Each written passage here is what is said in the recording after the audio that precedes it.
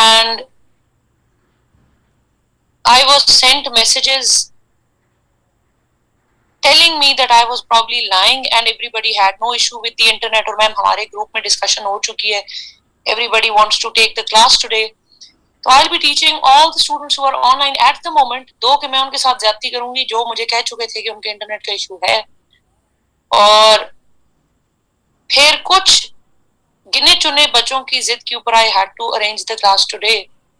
And don't worry, I'll read those messages in the class too, so that you know how well you guys behave with the teachers. Not all of you, but there are a few pieces in the class. So I am not sure. I've just asked the coordinator the total number of students kitna hai. There are 50 students in the class. They were supposed to be in the class, and there are 18 at most online right now. They'll probably go up to 25 if it may. तो जो बाकी बच्चे रह जाएंगे उनकी responsibility मेरे पे नहीं है. ग्रुप पे मैसेज मैं ऑलरेडी सेंड कर चुकी हूँ कि आज एक भी बच्चा क्लास मिस करेगा तो वो अगली क्लास में रीशेड्यूल नहीं होगा for this particular class. And I'm sorry, I never get this personal, but the messages that I got, they offended me so much so कि मैं literally I just got out of bed because I was going to bed कि सुबह office जाना है और बच्चे कह रहे हैं आज क्लास ना ले, तो कल और परसों लास्ट क्लास कर लेते हैं. लेकिन now that we are going to have our essay class today, we'll have our last class tomorrow. I'll bid you a farewell tomorrow. और उसके बाद literally I have a very good bond with my students till the end. ये नहीं कि आपने paper दे दिए तो फिर खत्म हो जाता है. After the papers, after allocation, no matter where they are, we talk and we have a good chat. But probably your batch is going to be the only batch शायद जिसके बच्चों के साथ मैं किसी किस्म का कोई पर्सनल रिलेशनशिप नहीं रखना चाहूंगी. Let me read the messages out. I will not name any names. I will not share the phone number, but the guy who has sent it or the girl who has sent it, the person would know. सलाम ma'am, कोई एक भी student का issue नहीं है internet का. मार्च batch है हम, जुलाई 1 कंप्लीट ही नहीं हो रहा course. I believe wanted to say कि जुलाई आ गया और कंप्लीट ही नहीं हो रहा. पूरा रमजान 3 लेक्चर्स हुए हैं. काइंडली थोड़ा जल्दी करवा लें. अब हमें किसी और कोर्स में भी एनरोल होना है.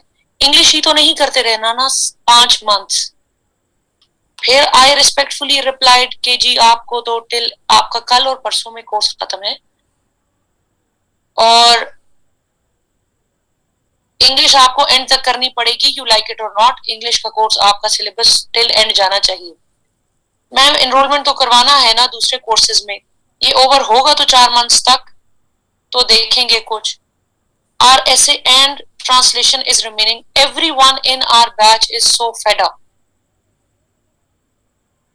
With due respect and apologies, बच्चे आप लोग अगर सर्विस में आने का सोच रहे हैं और इस किस्म का मैसेज आप किसी एक सीनियर को भेजते हैं या किसी बड़े बंदे को भेजते हैं, मैं आपको बता रही हूँ कि आप सर्विस में नहीं चल सकेंगे. ऐसे बिहेवियर के साथ आप सर्विस में नहीं चल सकेंगे. तो ये जो भी बच्चा भेजने वाला था, if you're planning to take CSS, I would recommend you to opt out of. मुझे नहीं पता कि ये मैसेज बुरा था या टाइमिंग बुरी थी when I read it. You're never in somebody else's shoes. मेरा 1 मंथ से ऊपर दूसरे महीने पे कभी बैच नहीं गया, लेकिन इससे पहले मैं कभी फैमिली वे में नहीं थी. इससे पहले I know it's not your fault क्योंकि आप लोग प्रॉपरली आप एनरोल हुए हैं, you wanted to take a class, लेकिन ऐसी कमिटमेंट मैंने कभी नहीं की कि मैं आपका कोर्स 1 महीने में खत्म करा दूं. इससे पहले मेरी कभी फैमिली वे में होने के इश्यूज नहीं हुए. इससे पहले मैं कभी बेड रेस्ट पे नहीं हुई. इससे पहले मैं कभी ऑफिस से छुट्टी 2 महीने लेके मुझे डॉक्टर ने नहीं कहा कि आप बेड से पाँव भी नीचे नहीं रखेंगे. तो I had my own issues. I have been going through my own things.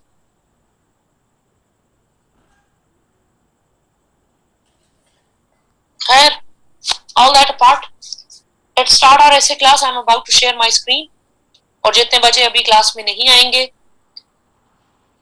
आप लोग जो लोग अवेलेबल हैं, प्लीज टीच देम क्योंकि the onus of burden is going to lie on you. ठीक है जी? Because everybody texted you कि हमारा इंटरनेट चल रहा है, राइट जी। I have disabled the chat. Once I complete the essay, I'm going to enable it again so that you can ask any questions if you have. ठीक है जी। उससे पहले, because I do not want any disruption in the lecture, I would not be allowing you to chat here at this moment. Right जी। हमारे 11 subjects हैं ऐसे को छोड़ के, तो आप अपना ऐसे जो है प्रिपरेशन के तौर पे तब स्टार्ट करें जब आप बाकी 11 सब्जेक्ट्स तैयार कर चुके हों। लोग, क्योंकि पेपर पहला होता है तो लोग प्रिपरेशन के हिसाब से भी ऐसे की तैयारी शुरू में स्टार्ट करते हैं। It should not be the case, इसलिए क्योंकि आपके पास डेटा जमा होगा 11 बाकी सब्जेक्ट्स का, तो आप लिखने के काबिल होंगे। हम लोगों ने जब तैयारी स्टार्ट की थी, आई वाज टोल्ड के डेमोक्रेसी के ऊपर एक पैराग्राफ लिखें, and I was totally unable to write one good paragraph on democracy, और इसकी वजह से मैं बड़ी डिप्रेस हुई कि I am unable to write it. तो फिर मैंने ये किया कि मैंने घर आके आई गेव अप कि CSS की तैयारी जो है वो मुझसे अब नहीं हो पा रही। तो my sister told me to write on feminism, which I could.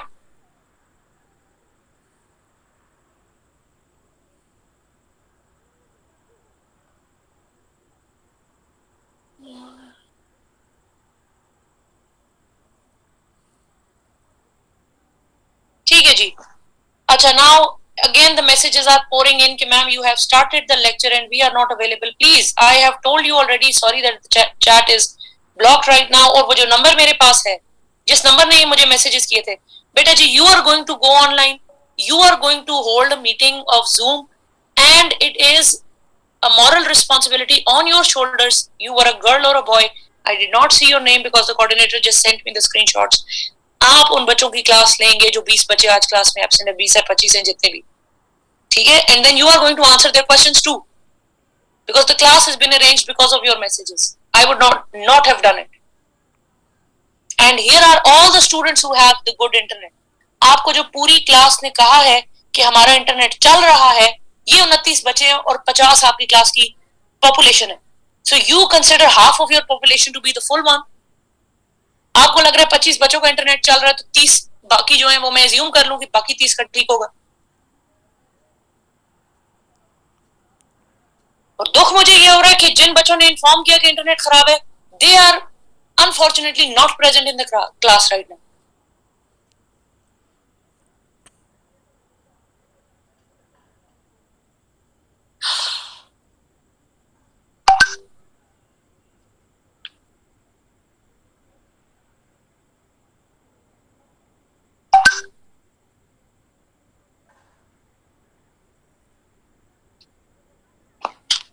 Okay जी। उर्दू की शीट्स बाजार में एक शीट्स जो हैं वो अवेलेबल हैं जिसकी 30 से 31 लाइंस होती हैं। आपकी ऐसे की शीट की लेंथ वो होगी। ऐसे की शीट के अंदर 31 लाइनें होती हैं और आप अपने हैंड राइटिंग के हिसाब से अपनी लेंथ चेक करेंगे, और before sitting in the exam you have to write one full essay before you take the exam, ताकि आपको पता चले कि आपके 2500 से लेके 3000 वर्ड्स कितनी शीट्स पे पूरे आते हैं। और ये हर एक को अपनी प्रैक्टिस करनी चाहिए ताकि आपको आइडिया हो जाए कि मैंने इतने सफरों तक जाना है। ठीक है जी। और ये जो आपके 2500 से 3000 वर्ड्स हैं, ये आउटलाइन के अलावा है। ये सिर्फ आपका एसे का डेटा है, जो कि आप कहानी लिख रहे होते हैं एसे की, ये सिर्फ वो पार्ट है। ठीक हो गया। अच्छा जी, मेरे हैंड राइटिंग के मुताबिक there were 16 pages and these 16 of course included the outline as well। ठीक है। अच्छा जी, 16 पेजेस का मतलब है कि पहले 2 सफे, और 16 मींस 8 पेजेस जिनकी दोनों साइडें मैंने काउंट की हैं। 8 पेजेस विद बोथ साइड्स। ठीक है जी। अब आपने एक आपका सिंपल फॉर्मेट है जो कि ऐसे का होता है नॉर्मली, वो है कि आपका पहला पैराग्राफ इंट्रोडक्शन होगा, दूसरा पैराग्राफ बॉडी होगा, तीसरा पैराग्राफ नहीं मतलब दूसरा part up to end of the essay body होगा। थर्ड पे आपकी आता है recommendations. This is going to be in the paragraph form. इसको कभी भी नंबरिंग में नहीं लिखना, and the last one is conclusion, जब आप अपना ऐसे कंक्लूड करते हैं। अब बात यह है कि सबसे पहले इंपॉर्टेंट चीज आती है कि हमने ऐसे का टॉपिक चूज कैसे करना है। ऐसे का टॉपिक चूज करने में टीचर्स बड़ी साइंस बताते हैं, ये देखना है ये देखना है। आपने कुछ नहीं देखना सिवाय इसके कि आपको कौन सा टॉपिक समझ आ रहा है। लिटरली अगर आप बहुत लकी हैं तो आपको सिर्फ एक ही टॉपिक आता होगा, और अगर आप थोड़े से लेस लकी हैं तो आपको 2 टॉपिक्स आते हो। और 2 टॉपिक्स में अक्सर औकात ये प्रॉब्लम हो जाती है, students often choose that topic जो आपका माइंड आपको फूल कर रहा होता है कि ये टॉपिक मुझे आता है, जबकि वो टॉपिक नहीं आता होता। तो इस कंडीशन में ये होता है कि आप वो टॉपिक पढ़ना स्टार्ट करते हैं, उसको रीड करते हैं, आपको लगता है मुझे आता है, आप ऐसे लिखना शुरू कर देते हैं। And once you are in the middle of that essay चौथे 5वें सफे तक पहुंचते हैं और आपका जो डेटा है you run out of it, और उसके साथ ही आपका इशू आ जाता है, और इसके साथ ही आपका ऐसे बीच में खत्म हो जाता है। And then you cut all of it, फिर से रीस्टार्ट करते हैं, which is a very very very serious issue. अब ना आपके पास टाइम रहा और अब ना आपके पास इंप्रेशन अच्छा रहा। चेकर कहेगा कि दरमियान में पहुंच के इसको ऐसे खत्म हुआ, इसने दूसरा अटेम्प्ट किया, और उसके बाद आपका टाइम भी गया, क्योंकि आप 16 सफे मतलब 2500 वर्ड्स कंप्लीट नहीं कर पाएंगे in the remaining time. Hence what we do is we fold the page.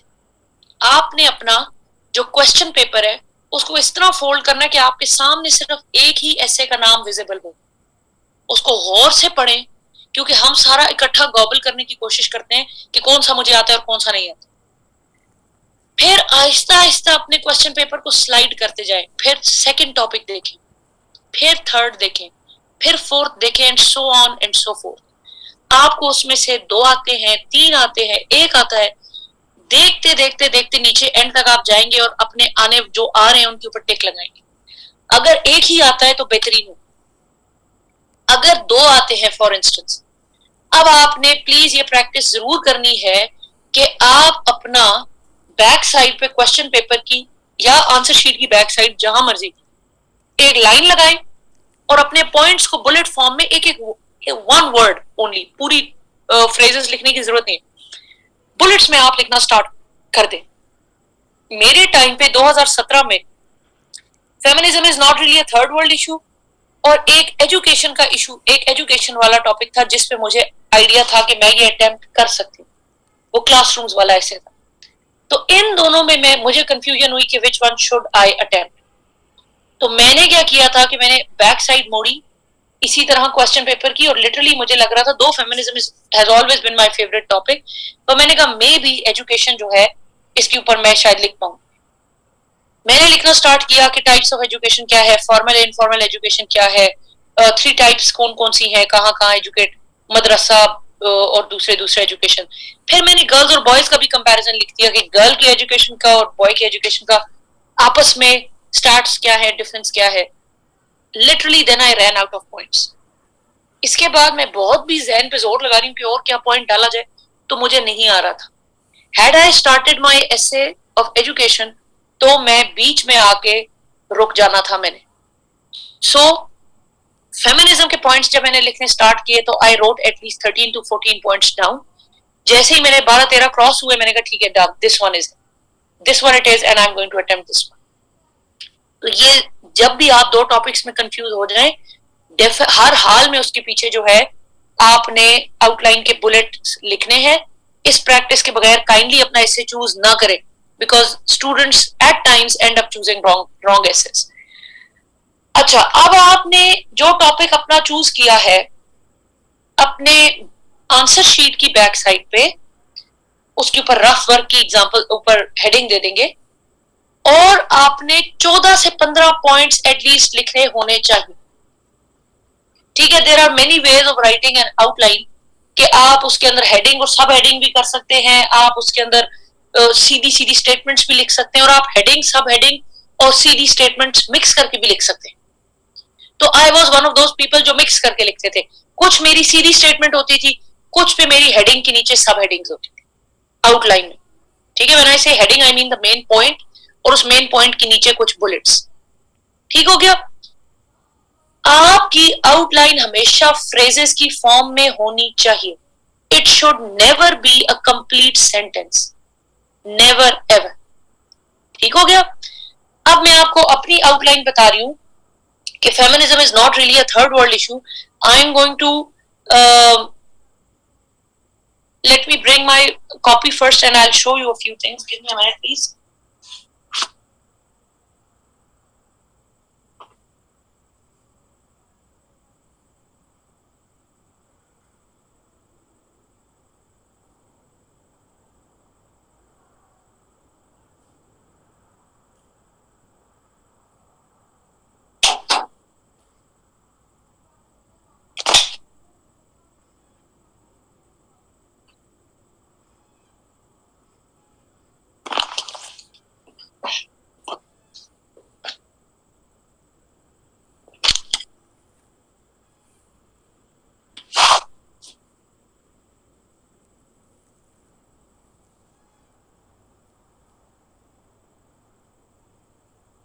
अच्छा जी,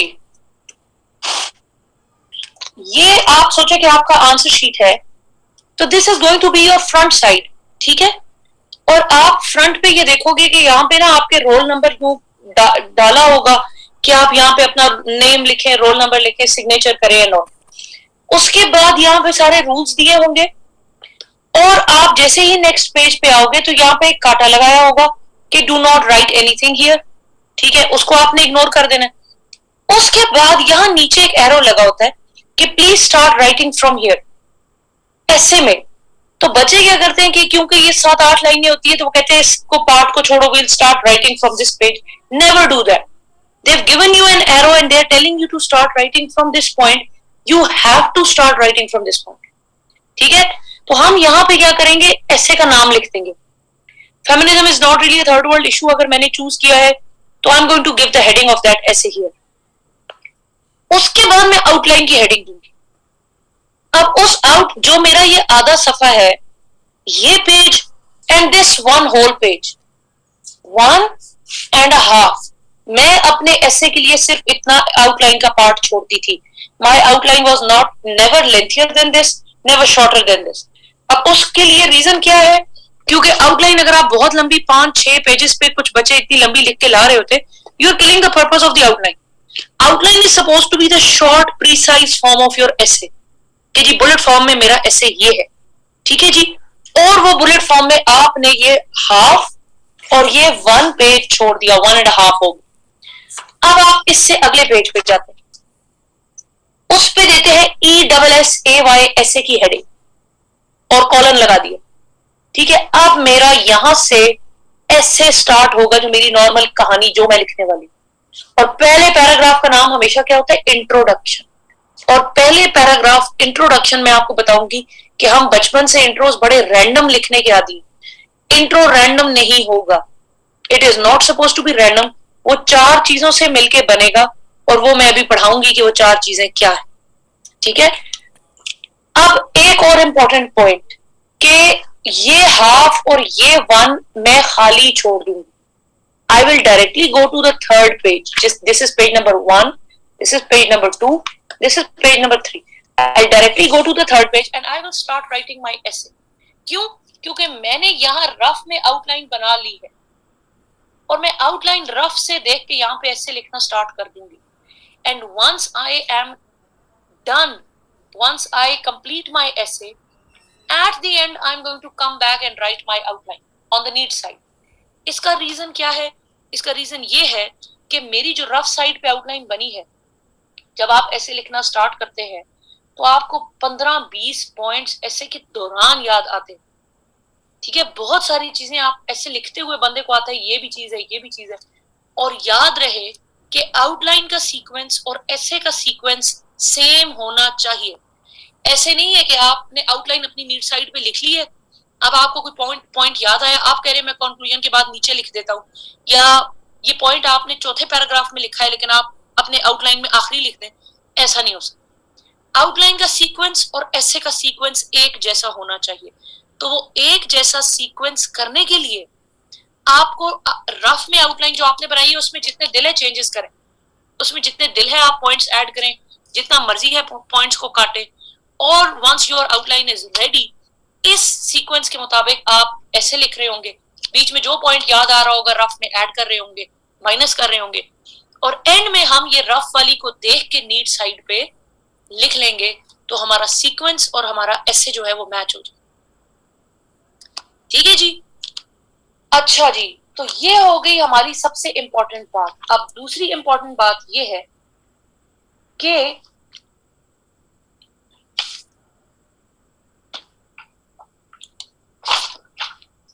आपके, ये मैंने बना के रखा था पूरा फॉर्मेट, सॉरी, ये ऐसे आपका दिया जाएगा रोल नंबर, यहाँ पे आपके रूल्स होंगे, अगले सफे पे आप जाएंगे, ये काटा लगा होगा, यहाँ से लिखा होगा स्टार्ट राइटिंग फ्रॉम हियर, आप हेडिंग देंगे, आउटलाइन लिखेंगे, 1.5 पेज को खाली छोड़ देंगे, अगले सफे पे जाके आप ऐसे की हेडिंग देंगे, और इसके बाद जो है आप अपना ऐसे लिखना शुरू करेंगे। इंट्रो का पैरा आपके पहले सफे पे आएगा, और अब आते हैं हम लास्ट पेज के ऊपर जो सबसे बैक पे था।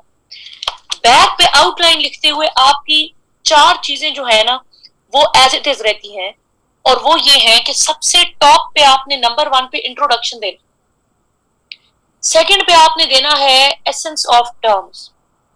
ठीक है जी, एसेंस ऑफ टर्म्स ये होती है कि मेरे ऐसे की स्टेटमेंट के अंदर जो इंपॉर्टेंट टर्म्स मुझे लग रही हैं, जो मुझे लगता है कि आई शुड एक्सप्लेन, ये एकेडमीज में कंडेम किया जाता है, but sir Raza told me this, तो I follow his format exactly.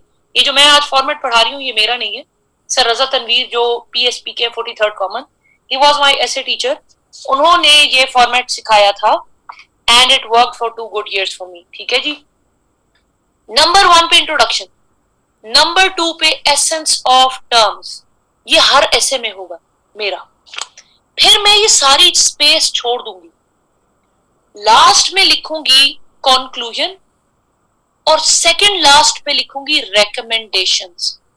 You are getting my point? पहली 2 चीजें introduction, essence of terms, second last और लास्ट रेकमेंडेशंस, कंक्लूजन, ये 4 चीजें हर ऐसे की टॉप 2 और लास्ट 2 होंगी। अब ये दरमियान में जितनी स्पेस है, I have all this space to write as many points as I like. अब आप लोगों का चैट मैं खोलने वाली हूं, और आप लोग मुझे, feminism is not really a third world issue, इसका मतलब कि फेमिनिज्म जो है वो थर्ड वर्ल्ड का इशू नहीं है, it's not really a third world issue, ये तकरीबन फर्स्ट वर्ल्ड का, अमीर मुल्कों का, इनका इशू है। तो आप मुझे बताएंगे कि फर्स्ट वर्ल्ड में औरतें क्या क्या इश्यूज फेस कर रही हैं।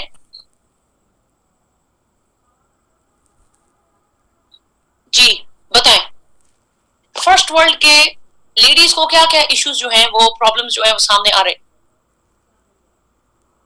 वालेकुम सलाम। पे गैप, डोमेस्टिक वायलेंस,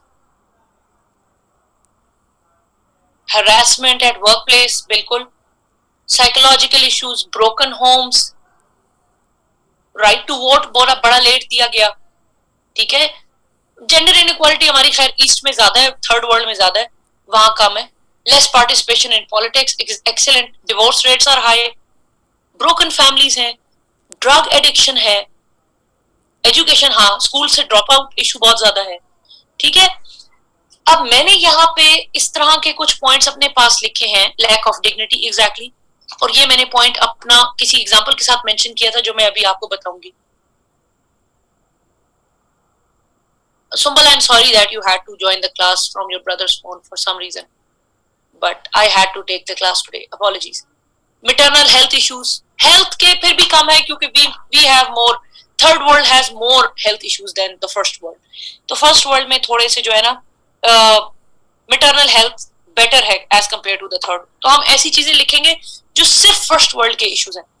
मैंने लिखी हरासमेंट है, ब्रोकन फैमिलीज हैं, साइकोलॉजिकल इलनेसेस हैं, ठीक है, रेप्स हैं, वेजेस जो हैं as compared to men they are low, objectification of women है, हैशटैग मी टू की जो पूरी ड्राइव थी it started in the West, इसका मतलब है कि वहां पे औरतों की एक्सप्लॉयटेशन बहुत ज्यादा थी।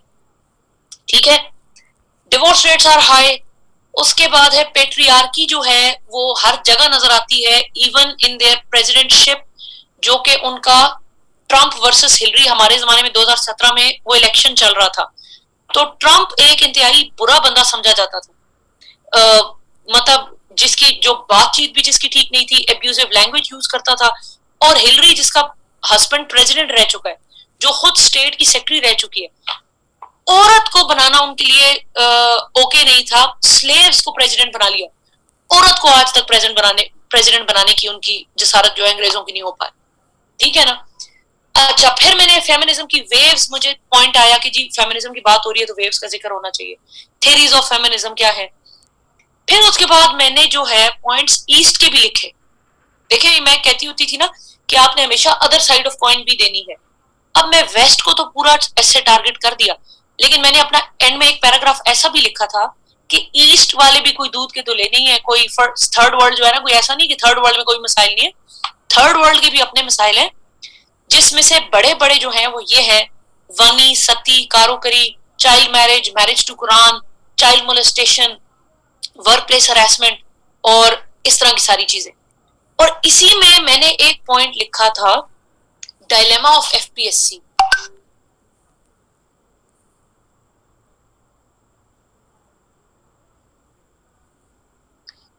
जी अमल बचे, ये मैं अपने पंक्चुएशन वाले टाइम पे समझा चुकी हूँ। अमल ने वो हिरना वाला पॉइंट बता रही है कि feminism is not really third world issue, के फेमिनिज्म के अलावा भी थर्ड वर्ल्ड में इश्यूज हैं। और ये मैंने आपको अगर याद होगा तो मैंने पंक्चुएशन में समझाया था कि आपके पॉज का डिफरेंस है। Feminism is not really a third world issue, water crisis is, poverty is, education के इशू इज, बाकी सब इश्यूज भी हैं।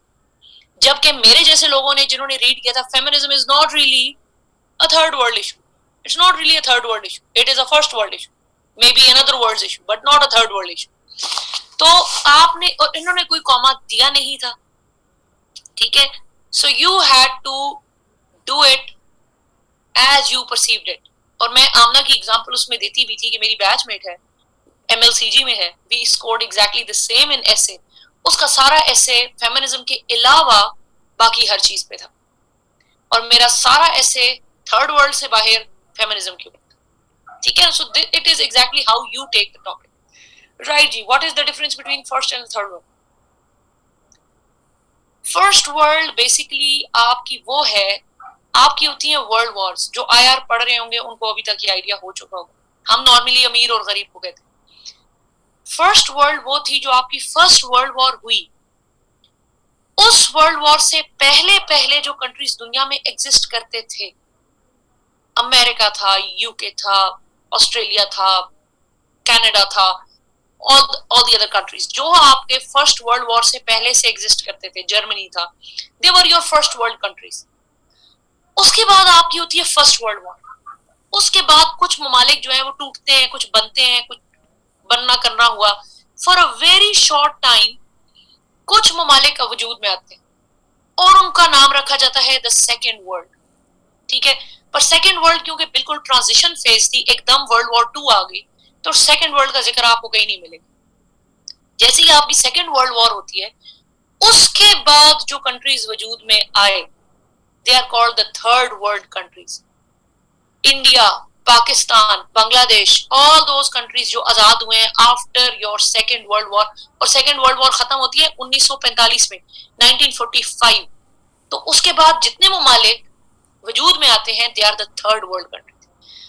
अब एक जनरल परसेप्शन इस तरह है कि जितने मुल्क पहले से बने हुए थे, they are all rich states, ठीक है जी, वो सब अमीर हैं।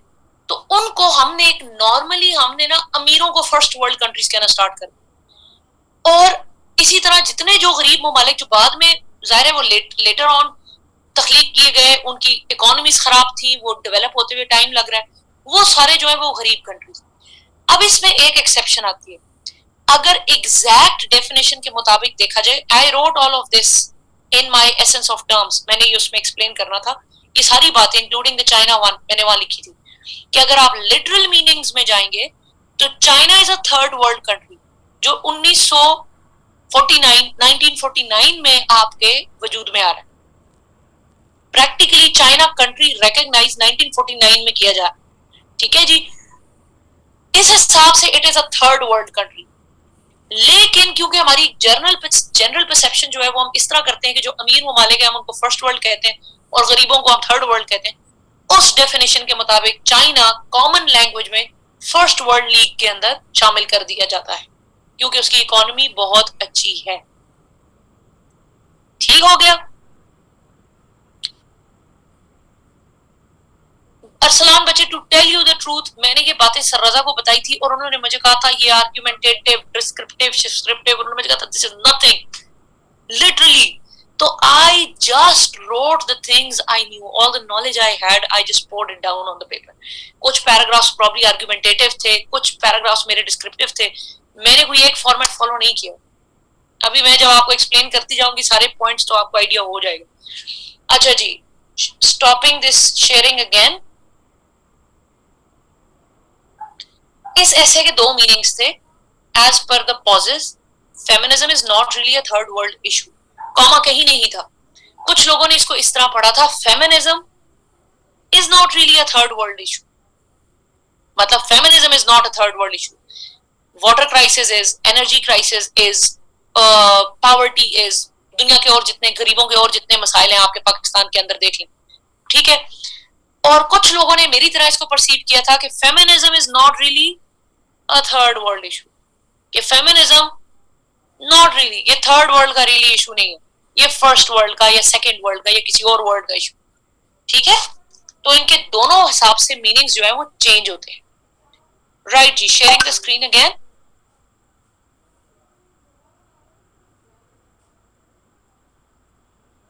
अब देखें, ये बातें मैं आपको बता रही हूं कि इंट्रोडक्शन, एसेंस ऑफ टर्म्स, ये दो पॉइंट्स पे मेरा आउटलाइन स्टार्ट होना चाहिए। और फिर मेरे जहन में जो पॉइंट्स आ रहे हैं ना, प्लीज अपना सीक्वेंस फलाना, टीचर्स बहुत डरा देते हैं, तो never put a pressure on your head when you are writing a rough outline. जो पॉइंट्स आ रहे हैं just write them down, pen them down, किसी भी नंबर पे लिखते जाए लिखते जाए लिखते जाए, बुलेट्स बना के, ठीक है। उसके बाद लास्ट टू पॉइंट्स मेरे थे जी recommendations and conclusions, conclusion not conclusions, ठीक है। अब जब मैंने बीच में पॉइंट्स लिख लिए जो मैंने अभी आपके साथ डिस्कस किए, फिर मैं इनको रीड, वन और टू अपनी जगह चेंज नहीं करेंगे, ये एज इट इज रहेंगे। एसेंस ऑफ टर्म्स के अंदर मेरी जो स्टेटमेंट है उसके अंदर कोई भी ऐसी टर्म्स जो मुझे लगे कि they deserve an explanation, I will talk about them. तो मुझे लगा फेमिनिज्म एक्सप्लेन करना जरूरी है, थर्ड वर्ल्ड को एक्सप्लेन करना जरूरी। तो फेमिनिज्म की एक्सप्लेनेशन ये थी कि जी it is not what we think, it is not gender equality. Gender equality और feminism are two different things. Feminism basically means to give an equal opportunity to a woman जो कि एक मर्द को अवेलेबल है, equal opportunity। और मजे की बात एक और आपको बताऊं, फेमिनिज्म का concept region to region vary भी करता है, ठीक है। यूके के अंदर औरत को, अगर अमेरिका में कहते हैं कि अगर औरत को जस्टिस मिल रहा है ना, वहां पे रेप्स हो रहे हैं, वहां पे डिवोर्स चीजें हो रही हैं, ब्रोकन फैमिलीज हैं, क्या से क्या हो रहा है, लेकिन वो कहते हैं अगर औरत को जस्टिस मिल जाए, वो कोर्ट जाती है अपने किसी केस के पीछे और शोर होता है, और अगर उस औरत को अपना जस्टिस मिल गया तो वो फेमिनिज्म, इसका मतलब कि हमने अचीव कर लिया। तो वो सारा फेमिनिज्म उनका जस्टिस ओरिएंटेड है। यूके के अंदर अपॉर्चुनिटी ओरिएंटेड है कि जी यार हमारी बराबरी होनी चाहिए, अपॉर्चुनिटीज हमारी उतनी होनी चाहिए जितनी एक मर्द को मिल रही है। पाकिस्तान के अंदर माशाल्लाह फेमिनिज्म का बिल्कुल ही कॉन्सेप्ट कुछ हो रहा है, मर्दों के साथ कंपटीशन चल रहा है, मैं ऐसे बैठूंगी और मैं खाना गर्म करूंगी और मैं यूं करूंगी, वो दिस इज नॉट फेमिनिज्म, ठीक है। तो हमारी जो है ना वो पूरा कॉन्सेप्ट ऑफ फेमिनिज्म भी डिरेल हो चुका है। लेकिन ये याद रहे कि फेमिनिज्म का concept region to region vary करता है, क्योंकि एंथ्रोपोलॉजी और सोशियोलॉजी टाइप सब्जेक्ट्स बताते हैं कि हर रीजन में अपने मसाइल हैं, हर रीजन में अपने चैलेंजेस हैं, तो हर रीजन अपना चैलेंज काउंटर औरतों से रिलेटेड किस तरह कर रहा है और क्या मांग रहा है वो डिफर करेगा। ये सारी चीजें मैंने एक्सप्लेन की फेमिनिज्म में। और फिर थर्ड वर्ल्ड जो मैंने अभी आपको एक्सप्लेन किया, वर्ल्ड वॉर 1 और वर्ल्ड वॉर 2 के बाद बनने वाले कंट्रीज आपके थर्ड वर्ल्ड कंट्रीज कहलाते हैं। और इसमें मैंने चाइना की एग्जांपल भी दी थी कि लिटरल मीनिंग्स में China is a third world, लेकिन अगेन हम उसको नॉर्मल कॉमन लैंग्वेज में उसको फर्स्ट वर्ड कंसिडर करते हैं। तीसरे स्टेटमेंट पे आऊंगी, दैट आई डिड, और एकेडमीज में मना करते थे टीचर्स कि आपने डेफिनेट डिफाइन ना करें, इसको एक्सप्लेन ना करें, लेकिन मेरा एक पूरा पैराग्राफ होता था जो कि एसेंस ऑफ टर्म्स था, और जैसे सर रजा ने सिखाया था मैंने एज इट इज वैसे का वैसा ही कर दिया। ठीक है जी, तो मैंने एक्सप्लेन किया था। अच्छा जी, नंबरिंग आपकी मर्जी है, चाहे एबीसी कर दें, चाहे रोमन कर दें, चाहे 1 2 3 कर दें, नंबरिंग डजंट मैटर। ठीक, अच्छा नहीं, मैंने कोई पंक्चुएशन नहीं लगाई थी ऐसे की स्टेटमेंट लिखते हुए। टर्म्स जो कि इस्तेमाल हो रही हैं उनका एसेंस क्या है, जो टर्म्स ऐसे के अंदर कुछ जो मुझे फील हो रही थी कि ये इंपॉर्टेंट टर्म्स हैं, आई शुड एक्सप्लेन देम। ठीक है, और ये आउटलाइन में सिर्फ मैंने इतना सा लिखा था, essence of terms, that's it. ये ब्रैकेट में मैं आपको समझाने के लिए लिखा, मार्जिन नहीं लगाने। आगे आ जाए जी। उसके बाद मैंने लिखा थेरीज, मैंने आपको आउटलाइन में बताया कि मैंने बहुत नीचे लिखा हुआ था। तो अब मैंने जब पूरी आउटलाइन बना ली है, जो पॉइंट्स मेरे जहन में आ रहे थे वो सब लिख दें।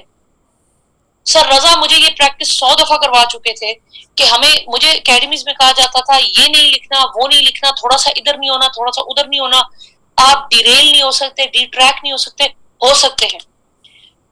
आपने एक टॉपिक लिखा और आप उस टॉपिक को अपने टॉपिक से कैसे जोड़ रहे हैं, you know that you have that idea in your head. आप टोटली अलाउड हैं कि आप अपने टॉपिक को जो मर्जी टॉपिक के अंदर पॉइंट लिखें, as long as that point is connected to the essence. मैं आपको बता दूं कि feminism is not really a third world issue, excuse me. इसके अंदर मैंने विक्टोरिया सीक्रेट का भी पॉइंट डाला हुआ। अब यहाँ पे लड़कियों को आइडिया होगा, लड़कों को शायद इतना ना हो। Please give me a minute.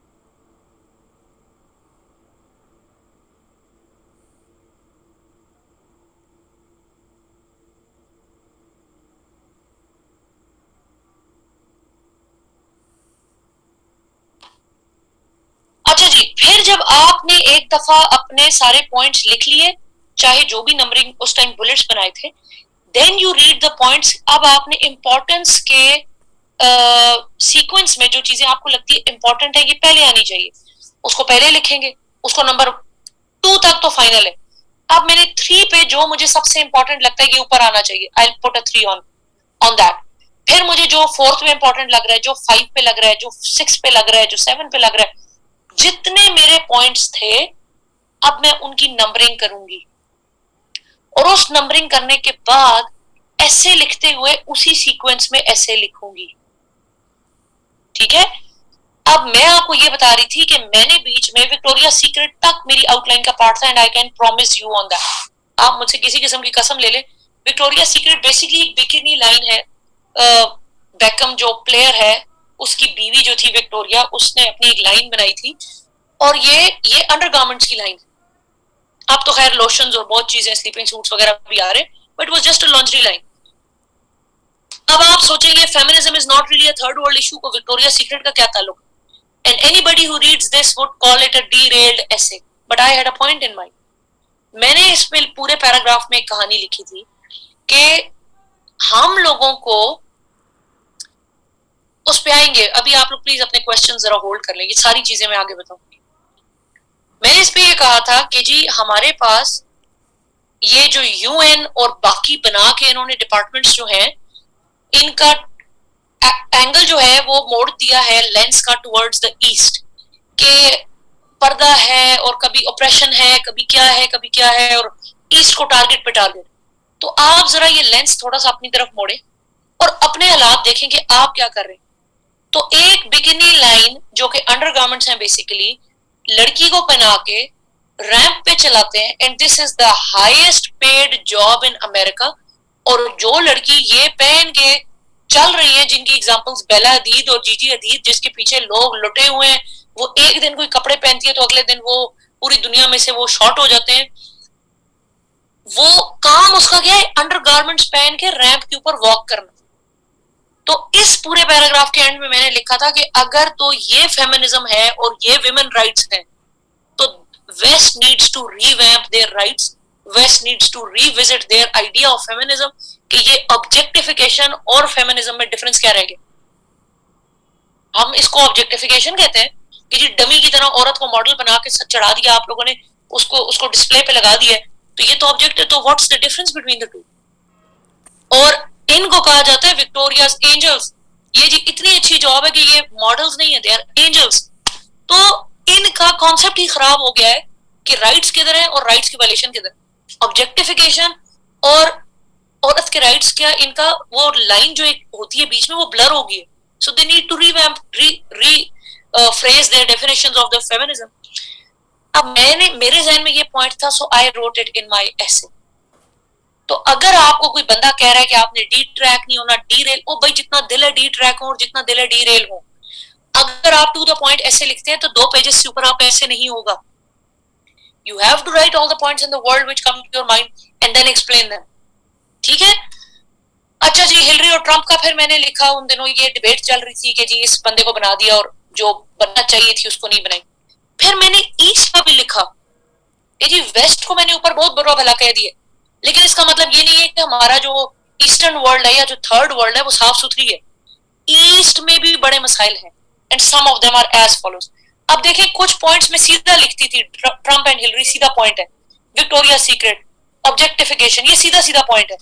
अब ये वाला पॉइंट मैंने हेडिंग और सब हेडिंग की फॉर्म में लिखा है, choke points in the eastern society, और फिर मैंने अंदर बुलेट्स में लिखा है कारोकरी, सती, वनी, मैरिज टू कुरान, ऑरेंज killing, acid throwing, child marriage, this and that. ठीक है कि ये कुछ ईस्ट में भी ये कारनामे हो रहे हैं, तो औरतें यहाँ भी सेफ नहीं है, इतना कोई अच्छा कॉन्सेप्ट यहाँ पे जी। अच्छा आज पर इधर शोर ना हो, दरवाजा बंद करो और इधर आवाज एक भी ना है, ठीक है। अच्छा फिर मैंने एक इंपॉर्टेंट पॉइंट यहाँ पे ही लिखा था, डायलेमा ऑफ एफपीएससी। अब ये पॉइंट मुझे लगता है कि ऐसे पास होने में इस पॉइंट का बहुत बड़ा हाथ था। क्यों यूएन वाले और बाकी एसएस, एंड में मैं एक लिस्ट लिखवाऊंगी कि जो एसएस जो हैं जिनके फेल होने का हाई चांस। अगर चेकर को आइडिया होता है कि आपने कोई ऐसे रटा किया हुआ या कहीं से आपने छापा मारा हुआ है, वो ऐसे आपका कभी भी पास नहीं होगा। तो मैंने लिखा डायलेमा ऑफ एफपीएससी, और वो ये था कि मैंने कहा जब एक लड़का अपना फॉर्म फिल करता है, मैंने कहा एज सिंपल एज दैट, एक लड़का जब अपने फॉर्म फिल करता है ईस्टर्न सोसाइटी के अंदर, एक बड़ा प्रेस्टिजियस एग्जाम है फेडरल पब्लिक सर्विस कमीशन का, सीएसएस के एग्जाम होते हैं हर साल, तो मैंने कहा वो क्या चूज करता है कि उसको एडमिनिस्ट्रेटिव फील्ड पसंद है, या उसको पुलिस का यूनिफॉर्म पसंद है, या उसको फील्ड जॉब नहीं पसंद है, तो वो अपनी चॉइस इस तरह देख रहा होता है। मैंने कहा अब आते हैं जब एक लड़की फॉर्म फिल करती है और अपना प्रेफरेंसेस लिखती है। लड़की पहले सोचेगी फॉरेन सर्विस में नहीं रख सकती क्योंकि ऐसे मशहूरी है कि या तो वो डिवोर्स हो जाएगी या तो उसकी शादी कभी नहीं होगी। मैंने कहा पुलिस वो नहीं रख सकती क्योंकि औरतें तो यूनिफॉर्म में ऑकवर्ड लगती है। मैंने कहा पैस का उसको 10 दफा कहा जाएगा कि लड़की है, औरत है, कर को घर संभालना है, फैमिली होगी, ये फील्ड कैसे करेगी। तो मैंने कहा when it comes to filling a form, तो औरत और मर्द की अपॉर्चुनिटी, आपकी जो वो है प्रेफरेंसेस लिखते हुए, जब वहां अपॉर्चुनिटी इक्वल नहीं है, हाउ कैन यू बिलीव कि आगे सर्विस में जाके और लॉन्गर टर्म के अंदर उनके साथ इक्वालिटी की जाएगी। तो ये पॉइंट किसी किताब के अंदर नहीं था। ये पॉइंट एक बच्चा जो सीएसएस का एग्जाम दे रहा है उसी के दिमाग में आ सकता है जिसने प्रेफरेंस फॉर्म फिल किया है। तो बात यह है कि ऐसे पॉइंट्स जो कि आपकी पर्सनल ऑब्जर्वेशंस हैं वो अपने एसे के अंदर जरूर ऐड करें, because they will make you pass. ठीक है, इसलिए मुझे लगता है कि this point was an important point. फिर आती है जी रिकमेंडेशंस। आपके जहन में जो रिकमेंडेशंस हैं लिख दो, एंड देन द कंक्लूजन। अब यहाँ पे मैं एक बात आके कहती हूँ, ये अभी आपने रफ साइड पे पॉइंट्स किए, आपने पहले रैंडम पॉइंट्स लिखे और फिर उनकी नंबरिंग की।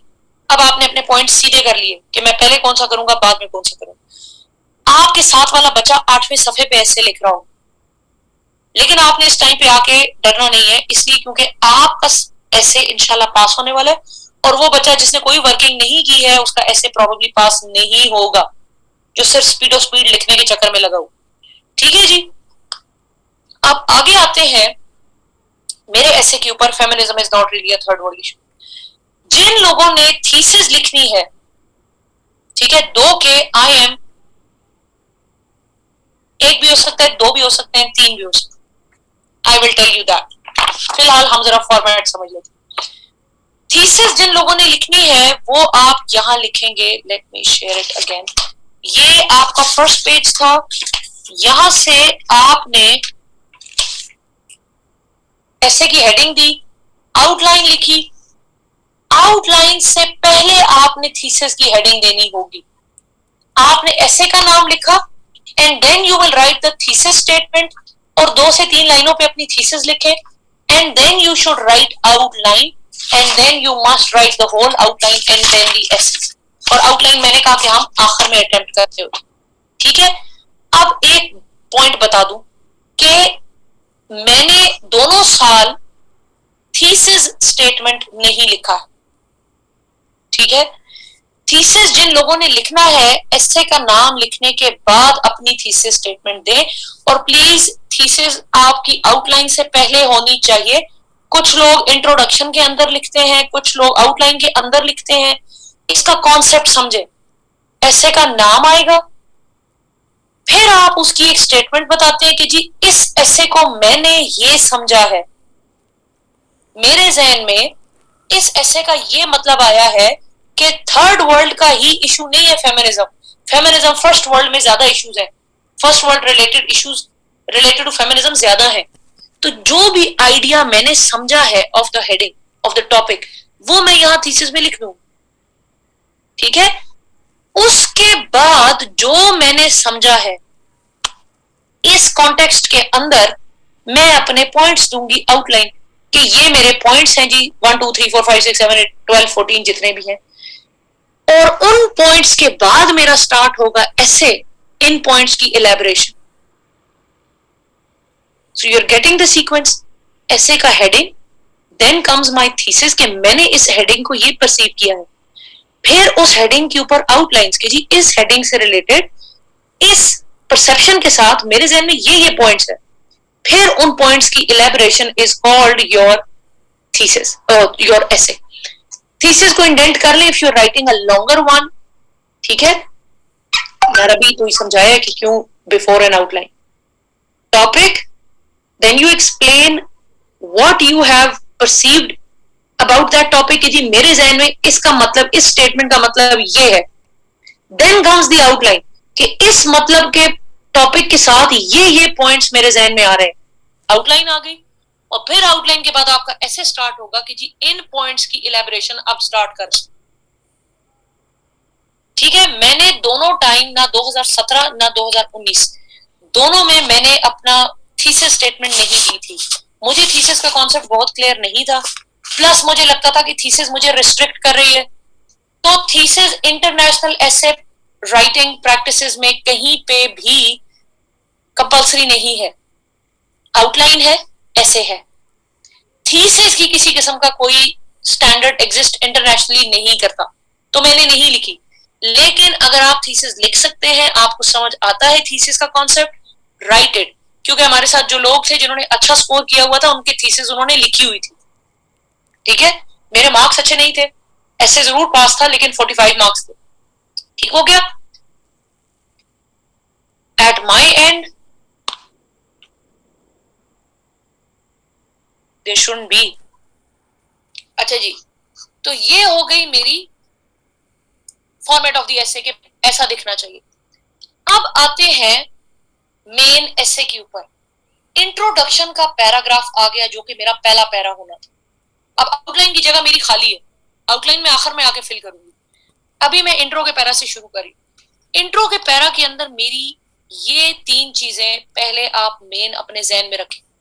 पैराग्राफ को इंडेंट करना है, not to start your essay with a quotation please, though it's very fancy, लेकिन सीएसएस में एसे को कोटेशन से शुरू ना करें। बीच में लिखें, बहुत सारी लिखें, पर स्टार्ट उससे ना करें। इंट्रो का पैरा आपका लेंथी होगा, काफी लेंथी होगा, क्योंकि अभी मैं जो चीजें इसमें बताऊंगी कि इंट्रो में ये डालना है, तो आप सोचेंगे कि यार इतना कुछ एक पैराग्राफ के अंदर, तो ये पैराग्राफ लेंथी जरूर होगा, लेकिन it must and on your first page, पहले सफे से आगे नहीं जाना चाहिए। अब आते हैं जी इंट्रोडक्शन के अंदर जो 4 चीजें मुझे चाहिए, वो है hook line, history of the topic, summary of the entire essay and a connector. अभी मैं सारे एक्सप्लेन करूंगी कि ये क्या है, लेकिन ये चारों चीजें मिलके एक ही पैराग्राफ बनाएंगे, which is the introductory para, पहला paragraph. Hook line is 1 to 2 lines long, और हुक लाइन एक ऐसी प्यारी अट्रैक्टिव लाइन होनी चाहिए जिससे आप अपना ऐसे शुरू करें। ठीक है, मेरे 2017 की हुक लाइन थी द क्लीशे, यहां मैंने कहीं लिखी भी थी नीचे बच्चों के लिए, yes, the cliche that women are equal to men is proving to be untrue in the West itself। बाद में मुझे किसी टीचर ने कहा था कि बेसिकली जो आप जिसको हुक लाइन कह रहे हैं ये आपका थीसिस स्टेटमेंट भी है, तो मैंने कहा फाइन, अगर ये थीसिस स्टेटमेंट है तो वेल एंड गुड है, क्योंकि I can not write another thesis statement, heading में नहीं दे सकती, if the checker is taking this one as a thesis statement be it. ठीक है, तो मैंने अपनी पहली लाइन में फैंसी तरीके से बता दिया था कि जी औरतें जो हैं मर्दों के इक्वल हैं, ये बात खुद ही वेस्ट में अनट्रू प्रूव हो रही है, मतलब फर्स्ट वर्ल्ड में गलत प्रूव हो रही है एट दिस मोमेंट। तो ये होगी, आप इसकी जगह कुछ भी अपनी हुक लाइन प्यारी सी बना के लिख सकते हैं। सर रजा तनवीर को आया था ऐसे ऑन एनर्जी क्राइसिस, और उन्होंने कहा था, मेरी हुक लाइन थी, ever since Pakistan has come into being, the only thing the poor state has heard is energy crisis, energy crisis and energy crisis. So your thesis statement can be as simple as that or a good one, जैसे भी लिखे, लेकिन checker की attention grab कर। ठीक है, उसके बाद आते हैं हिस्ट्री ऑफ द टॉपिक। 3 से 4 लाइनों पे चाहे इमीडिएट हिस्ट्री लिखें, चाहे 50 साल पुरानी, चाहे जब से दुनिया शुरू हुई तब से हिस्ट्री लिख दें। अब मैं फेमिनिज्म की हिस्ट्री आपको इसलिए बताना चाहूंगी ताकि आप लोग जो है, आप में से बहुत लोग ऐसे अटेम्प्ट करेंगे और ये आपके जहन में जेंडर स्टडीज में भी और वैसे ऐसे में भी ये पॉइंट्स होने चाहिए। देखिए, दुनिया स्टार्ट होती है जेंडर इक्वालिटी पे, एडम और ईव जो है इक्वल बनाए गए। ठीक है, ऐसा कहीं नहीं कुरान में आया कि वो इससे ऊपर है तो वो उससे नीचे है, तो ये नीचे है तो वो ऊपर है, तो ये कोई डिस्कशन नहीं। अल्लाह ने दुनिया बनाने के लिए 2 जेंडर्स बनाए कि जी दुनिया में एक मेल होगा, एक फीमेल होगा, एक मदर होगी, एक फादर होगा, और फिर इस तरह एक पॉपुलेशन जो है वो इंक्रीज होगी और ऐसे एक दुनिया स्टार्ट होगी। ठीक है जी, तो the world started with gender equality. उसके बाद मजे की बात यह है कि हमारी वर्ल्ड एक शिफ्ट लेती है, और वो शिफ्ट मजे की बात यह है कि that was a matriarchal shift. Matriarchy का मतलब है जब औरतें का अपर हैंड है, जब औरतें डोमिनेंट। ठीक है जी, अच्छा, इसका रीजन क्या था? क्योंकि बायोलॉजी, साइंस, ये चीजें इतनी एडवांस नहीं थी, लोगों को आइडिया नहीं था, तो लोगों का ऐसा कॉन्सेप्ट था कि जो दुनिया चल रही है ये औरतों की वजह से चल रही है, she is bringing the babies into the world, और अगर औरतें ना होती तो दुनिया रुक जाती, बच्चे कैसे आते? क्योंकि पता ही नहीं था कि मेल का भी उसमें है a role to play to bring the babies into the world. तो इंडियन गॉडेसेस हैं और इस तरह बहुत सारे कॉन्सेप्ट्स हैं जिसमें औरतों को जो है ना वो मेट्रियार्की आती है और हमें नजर आती है। आपका हिंदुइज्म जो है इट्स एन ओल्ड रिलीजन, और आप देखेंगे कि उसके अंदर आप दुर्गा माँ, काली माँ, तो दे हैव मास। ठीक है, उनकी माएं हैं, मतलब वो औरतों को पूजते थे, गॉडेसेस हैं उनकी। इसी तरह ग्रीक मिथोलॉजी देखते हैं, उसमें भी गॉडेसेस हैं, Athena and this and that and that.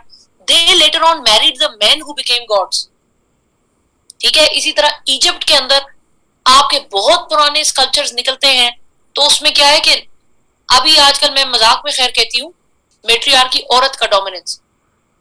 अभी मैं मजाक से कहती हूँ कि जैसे शादी के फोटोशूटों में जो दूल्हा ऐसे दुल्हन को पकड़ के खड़ा होता है, तो he is trying to tell her कि जी I am the protector and I am going to be there for you and this and that. ऐसा शो होता है ना, दुल्हन शर्मा रही है, दूल्हा पकड़ के खड़ा हुए कंधे से उसको। उस टाइम के स्कल्पचर्स हैं जिसमें औरत ने कमर से मेल को पकड़ा है, the lady is holding the man, इसका मतलब क्या है कि I am the protector of the man.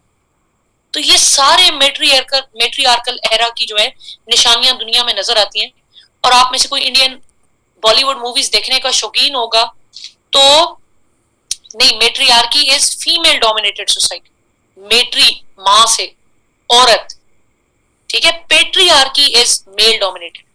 अब ये होता है कि आपको मैं वैसे बता रही हूँ कि आप लोगों ने भी ये चीजें छोटी छोटी देखते रहते होंगे पर आपने नोटिस नहीं की होंगी कि इंडियन मूवीज में एक बड़ी मासूम सी लड़की होगी, सती सावित्री होगी, घर के सारे काम करती होगी, साड़ी पहन के संदूर लगा के जी बर्तन धो रही है और काम कर रही है।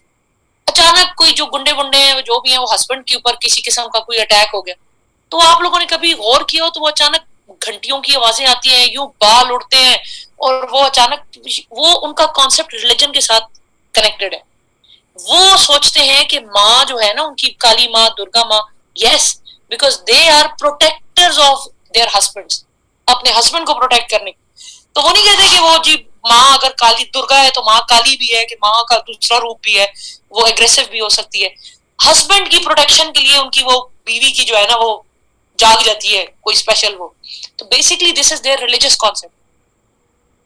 हाँ, क्योंकि वो उसको रिलीजन से कनेक्ट करते हैं कि हम लोग जो है, औरतें जो हैं दे आर द प्रोटेक्ट। तो ये सारा मेट्रियार्कल एरा का जो है वो कहानी है। अच्छा जी, फिर आते हैं आगे, दुनिया जो है ना वो शिफ्ट होती गई, रिलीजन्स आए बीच में, उसके बाद रिलीजन्स का रोल है बहुत बड़ा इसके अंदर। इसके साथ हम देखते थे हंटिंग गैदरिंग वाली चीजें हैं कि जी ठंडे इलाके होते थे, औरतें बच्चे पाल रही होती थी, वीनिंग होती थी, उनको खाना पिलाना होता था, एक्सपेक्ट कर रही होती थी बेबीज ने आना है। इस सब के साथ वो घरों से बाहर निकलना उनका मुश्किल होता था। यहाँ पे एक कॉन्सेप्ट आता है of the inner world and the outer world. अब दुनिया में एक डेफिनेशन आती है पहली दफा कि घर के अंदर और घर के बाहर का कॉन्सेप्ट, ठीक है जी। और इसके साथ ही रोल्स डिवाइड कर दिए गए, क्योंकि माँ होती है, बच्चे होते हैं, सिखाना खिलाना पिलाना सब कुछ है।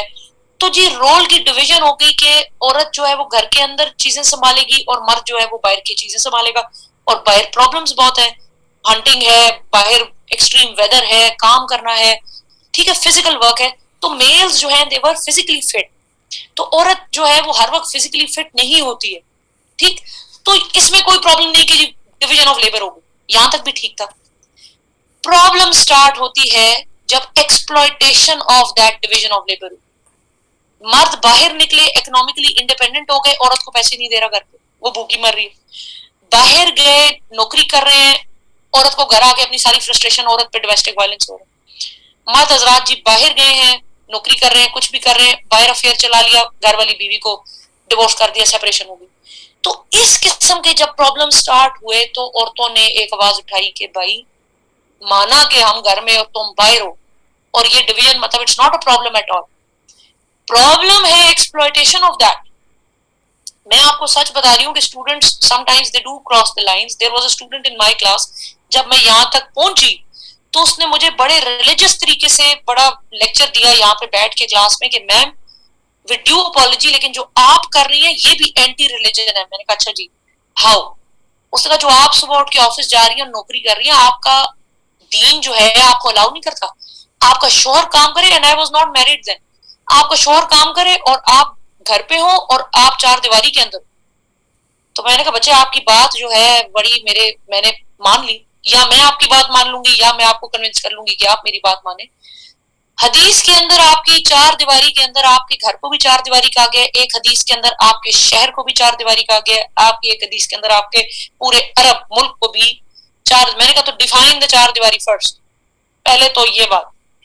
दूसरी बात, हजरत खदीजा जो प्रॉफिट मतलब he did not speak for 3 good days, yes, जब उनकी डेथ हुई। मैंने कहा पहली इस्लाम की जो आपकी ड्राइव चली वो हजरत खदीजा के पैसों से हुई, economically financed by a woman. How come that religion tells you कि औरत घर से बाहर लाओ? मैंने कहा और तीसरी बात ये, मैंने कहा मेरी मत मारी गई है कि मैं सुबह 6 बजे उठूं, फिर मैं तैयार हूं, फिर मैं कपड़े पहनूं, फिर मैं ऑफिस जाऊं और मैं पूरा दिन सारे सीनियर जूनियर हर एक की बातें सुनूं, काम करूं, थक के वापस आऊं और आखिर में एक मीगर सी तनख्वाह मुझे मिले। तो मैंने कहा यार मैं तो बहुत ही खुशी से घर बैठूं कि प्रॉफिट के कैलिबर का, जिस तरह का प्रॉफिट ने कहा है कि इस किस्म का शोहर होना चाहिए, आप मुझे बताएं कि कमाए हस्बैंड, मेरे कपड़े, मेरे जूते, मेरी बेसिक नीड्स। कहा गया हदीस है कि जो बीवी, out of all the spendings, बीवी के ऊपर जो स्पेंडिंग है वो सबसे ज्यादा अहम स्पेंडिंग है, सबसे बेस्ट स्पेंडिंग है। तो मैंने कहा हो उस कैलिबर का खामन, मैंने कहा तो मेरे जैसा बंदा 10 दफा घर बैठे। प्रॉब्लम ही तो ये कि जिस तरह का मर्द होना चाहिए वैसा मर्द नहीं है, तो औरतें गरीब बाहर निकल गई है कि फिर हम लोग खुद ही काम कर ले यार। मुझे, आप लोग लड़कियां यहाँ क्लास में बैठी हैं, आप मुझे बताएं कि आपके हस्बैंड आपको घरों में खाने दें, जबरदस्त किस्म के आपके टेबल सेट है, आपके हेल्प के लिए हेल्पर्स हैं, डोमेस्टिक वायलेंस कोई नहीं है, रोज आपको कपड़े मिल रहे हैं, आपको जूते मिल रहे हैं, तनख्वाह उसकी है, काम वो कर रहा है, थक रहा वो है। इस्लाम ने तो इस तरह का है। तो ऐसे हस्बैंड के साथ मैं तो जी जी करके घर पे हाउसवाइफ बनने को तैयार हूं। लेकिन प्रॉब्लम क्या है कि जिस तरह का प्रॉफिट ने हस्बैंड होना बताया वैसा हस्बैंड नहीं है। तो मैंने कहा बच्चे आप मुझे गारंटी कर दें कि इस किस्म का शोहर मेरा होगा, मैं तो खुश खुश घर बैठ। तो ऐसी बातें जो हैं ऐसा ही है। अच्छा जी, somebody said कि हम लोग जो है ये इतनी लंबी बात को शॉर्ट कैसे करेंगे, क्योंकि अब ये हिस्ट्री है। हिस्ट्री मैंने इसलिए बताई है कि आप इसको ऐसे का कहीं ना कहीं पार्ट बना लें। Now let's come to this कि how are we going to put it into 3 to 4 lines. The world was created on gender equality, Adam and Eve. It later on took a matriarchal shift. The examples are Greek mythology, Hindus and Egyptians. उसके बाद आते हैं जी अगली line पे मैंने लिखा था, It later on took a patriarchal shift due to religions and many other social factors. With that came the rise of patriarchy, which can still be seen in the world. ये हो गई 3 से 4 लाइनें। I am summarizing the whole thing into 3 to 4 lines. ठीक है, अब हम आते हैं summary of the entire essay. अब मैंने जितने पॉइंट्स लिखे थे अपने रफ साइड पे कि जी फर्स्ट वर्ल्ड के ये इश्यूज हैं, डोमेस्टिक वायलेंस है, वेजेस कम है, दिस एंड दैट, औरत को प्रेसिडेंट नहीं बनाया, स्लेव्स को बना दिया, ऑब्जेक्टिफिकेशन है, विक्टोरिया सीक्रेट है, ईस्ट भी इतना दूध का दूल्हा नहीं है, ईस्ट में भी मसले हैं। तो ये सारी बातें मैं कॉमास डाल के या छोटे छोटे सेंटेंसेस में 7 to 8 लाइंस में अपना ये सारा कुछ कंप्लीट करूंगी। ठीक है, अब क्या होता है कि आखिर में मैंने डालना है कनेक्टर। कनेक्टर ये है कि मैंने इंट्रो के बाद सेकंड पॉइंट क्या बताया था आउटलाइन के अंदर? इंट्रो के बाद सेकंड पॉइंट क्या था?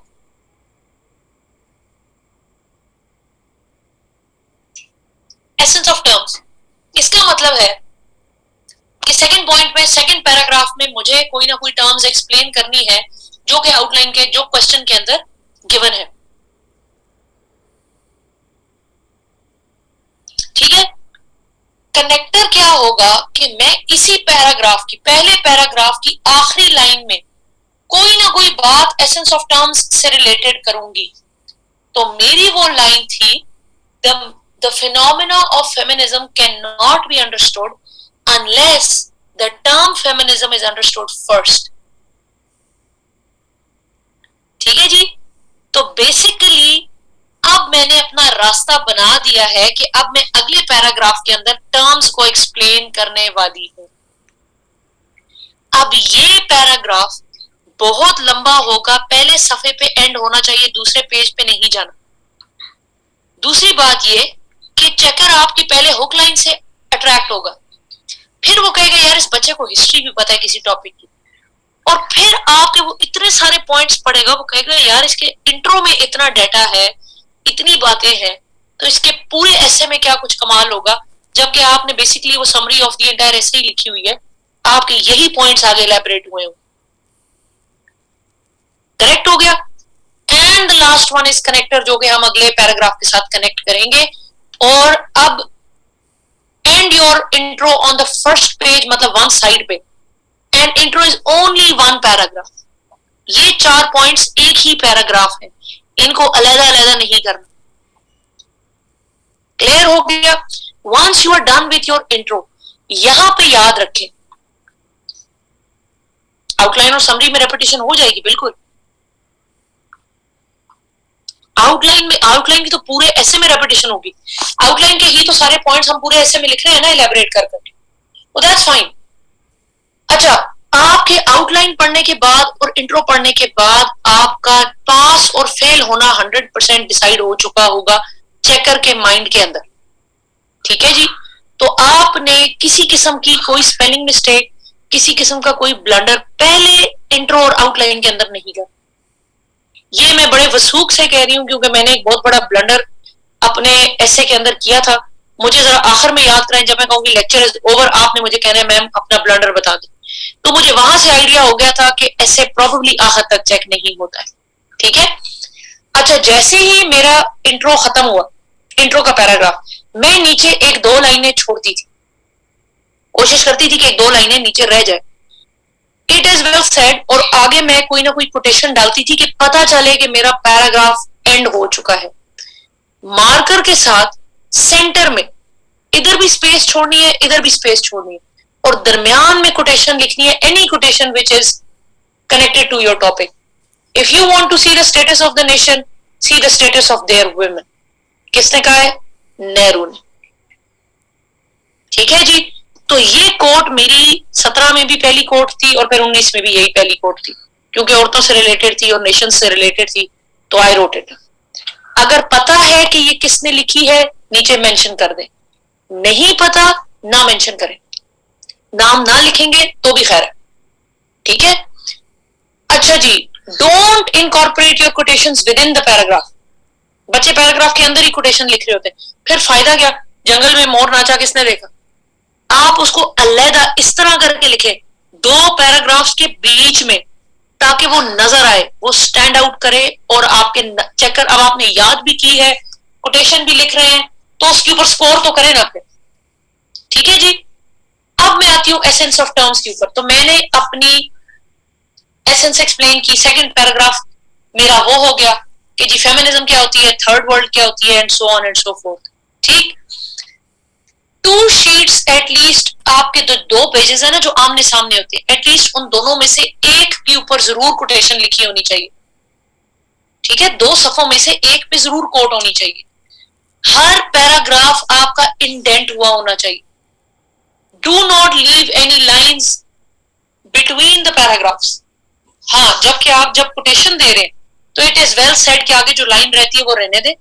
कोट लिखी है और फिर जवाहरलाल नेहरू था जैसे, ये लाइन, इसको लाइन छोड़ना नहीं कहते। इसके बाद अब आप अगली लाइन लिखना शुरू कर देंगे तो ये स्पेस और ये स्पेस आपको नजर आ रही होगी, that is fine, but do not leave any lines. ठीक है, you can leave a line after a quotation if you want, लेकिन आइडियली, क्योंकि अगर आप किसी का नाम लिख रहे हैं नीचे तो वो स्पेस आ जाएगी। अगर वो नाम आपको नहीं पता कि ये कोट किसने कही है, then you can leave a line and then move on, ताकि आपकी जो कोटेशन है वो थोड़ी सी स्टैंड आउट कर जाए। अब इंट्रो का पैरा जो है वो जरा स्पेशल था, वो मैंने आपको बताया कि उसकी डिटेल किस तरह थी। बाकी सारे पैराग्राफ्स का सिंपल रूल है।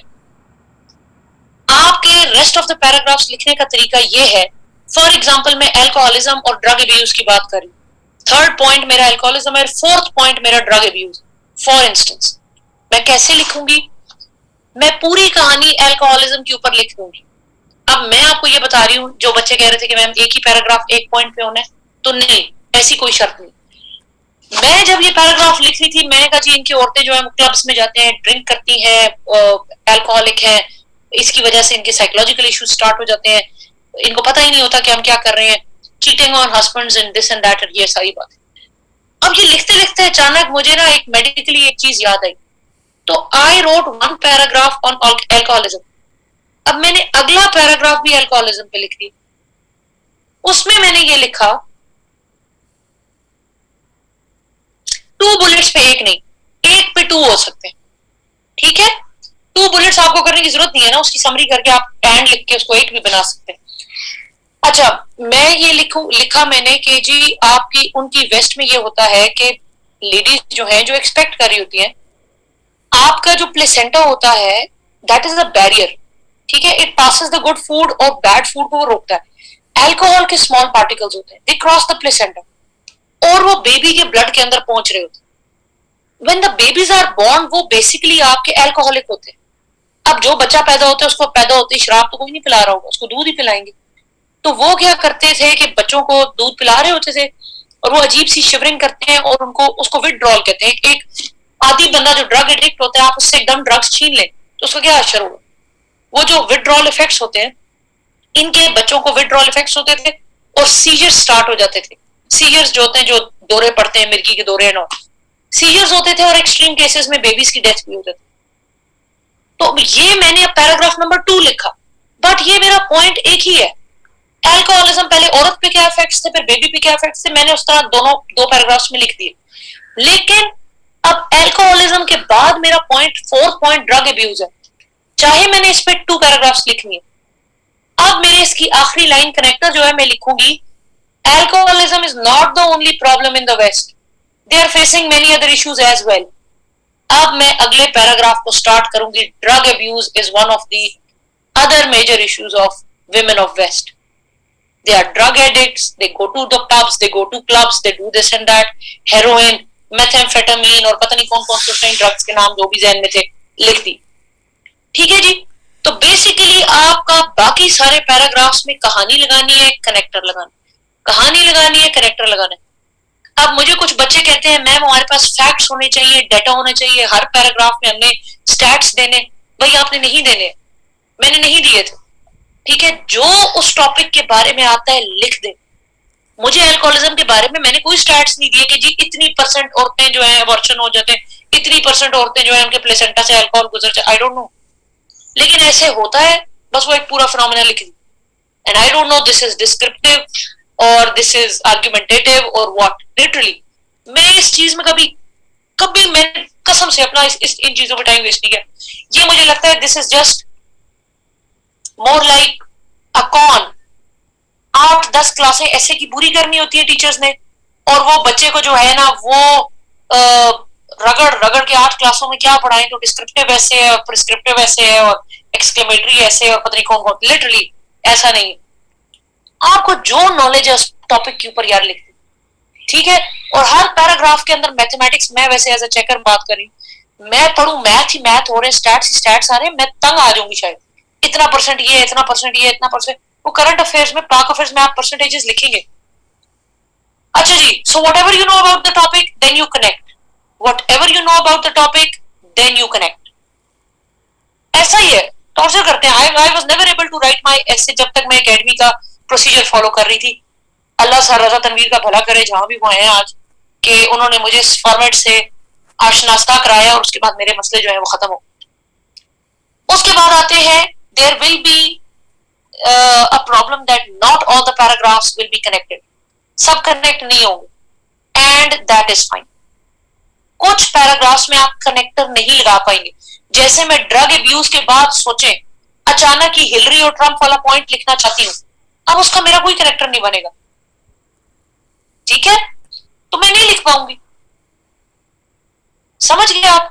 अब कुछ चीजों का कनेक्टर नहीं भी बनता, सो इट इज ओके। इस पर डरना नहीं है कि अब मुझसे कनेक्ट नहीं हो रहा तो मेरा ऐसे फाइनल हो जाएगा। और ये कनेक्टर है जो मैंने आपको कहा था कि हाउएवर और देयरफॉर और ये चीजें जो है, rather than starting your paragraph with however, therefore, for example, आप अपना पिछला पैराग्राफ इस पे एंड कर दो। मैं कोई बात कर रही हूँ जी, alcoholism killed number of babies in US, पता नहीं इतने परसेंट बेबीज मर गए। however, alcoholism is not the only issue that women are facing in the West. There are many other problems as well. अब मैं अगला कहानी ड्रग अब्यूज पे शुरू कर दूं। ठीक हो गया?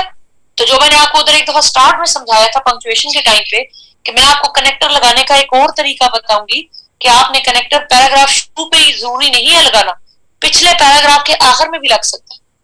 तो मेरा एक्चुअली पिछला पैराग्राफ की आखिरी लाइन अगले पैराग्राफ से कनेक्ट होती थी, रादर देन नए पैराग्राफ की पहली लाइन पिछले से कनेक्ट करने की बजाय। ठीक है, so you can do it both ways as long as you're not using these words in the beginning of a paragraph. अच्छा जी, not all paras will be connected. अब आ जाते हैं, सारी कहानी बॉडी मेरी बन गई। अब मैं आती हूँ recommendations in the paragraph form. Recommendations मेरी कभी भी पॉइंट्स की फॉर्म में नहीं होगी, कभी भी नहीं होगी। हम आदि हैं recommendations को पॉइंटर्स में लिखने के, हमने पॉइंट्स में हमने इनको कभी भी पॉइंट्स की फॉर्म में नहीं लिखना है। हम उसको करेंगे in the form of a paragraph, and then comes the conclusion. किधर जा रहे हो? क्या कर रहे हैं? इस पे लगा लो ना, ये ना चार्ज, और उसको फूंक मार के फिर लगा। अच्छा जी, ये आप लगाओ,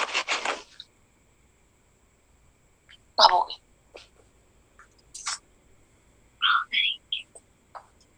हुआ? अच्छा जी,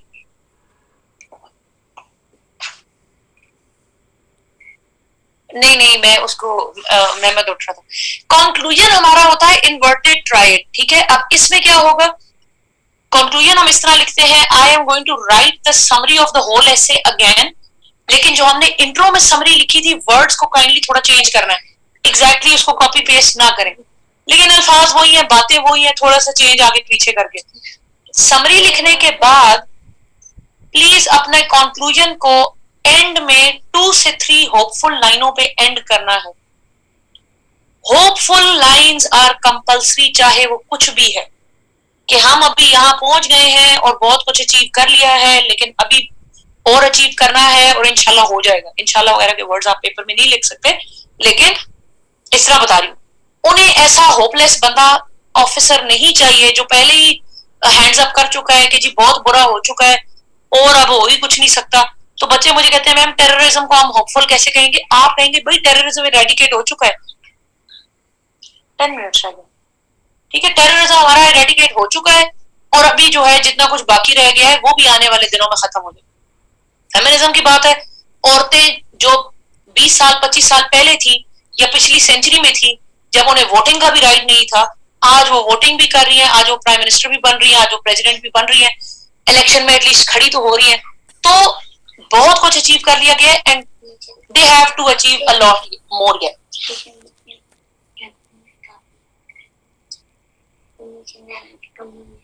अगर आप ना आए फिर मैं आपको आईपैड नहीं दूंगी, ये नहीं आएगा है ना? अच्छा अच्छा जी, आगे आते हैं। ये मेरी एक स्टैंडर्ड एंडिंग थी जो कि मैंने अपने हर ऐसे को इसके ऊपर एंड किया, ठीक है। अब चाहे ये फेमिनिज्म था कि जी हमने बहुत फेमिनिज्म का जो अचीव करना था कर लिया, there is a lot more to achieve. हाँ, ये काबू नहीं आता, I am the only person जिसकी बातें जो है ये सुनते हैं। अच्छा, इसी तरह जो है टेररिज्म का है, तो जी टेररिज्म हमने बहुत काउंटर कर लिया, खत्म कर लिया, एंड जो बाकी रह गया there is a lot more, there still room to eradicate more of it.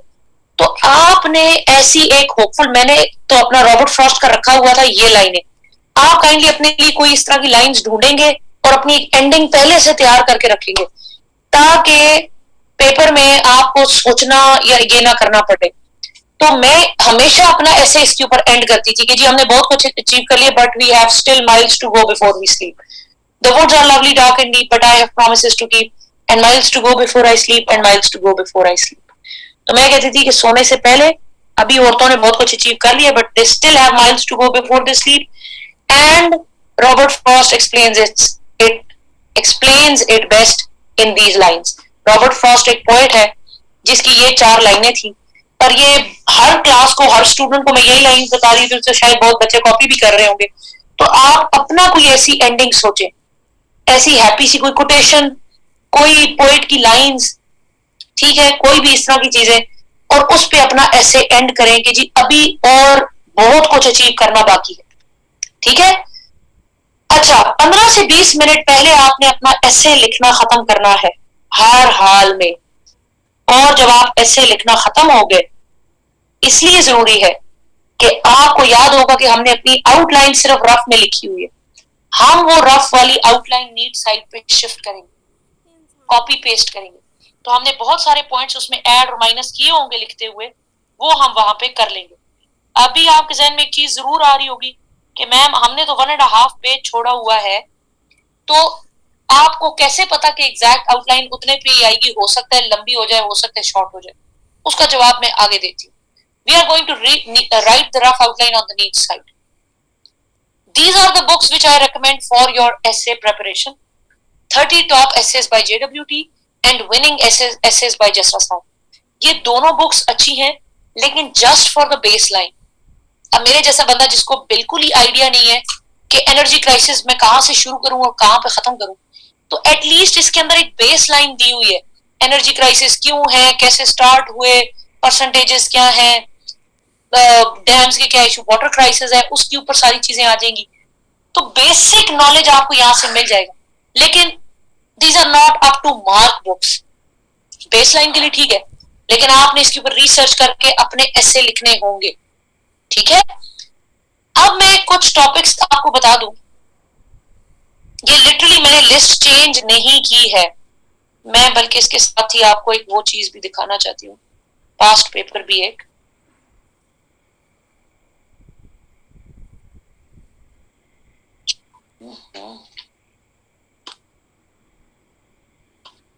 क्या प्रॉब्लम है?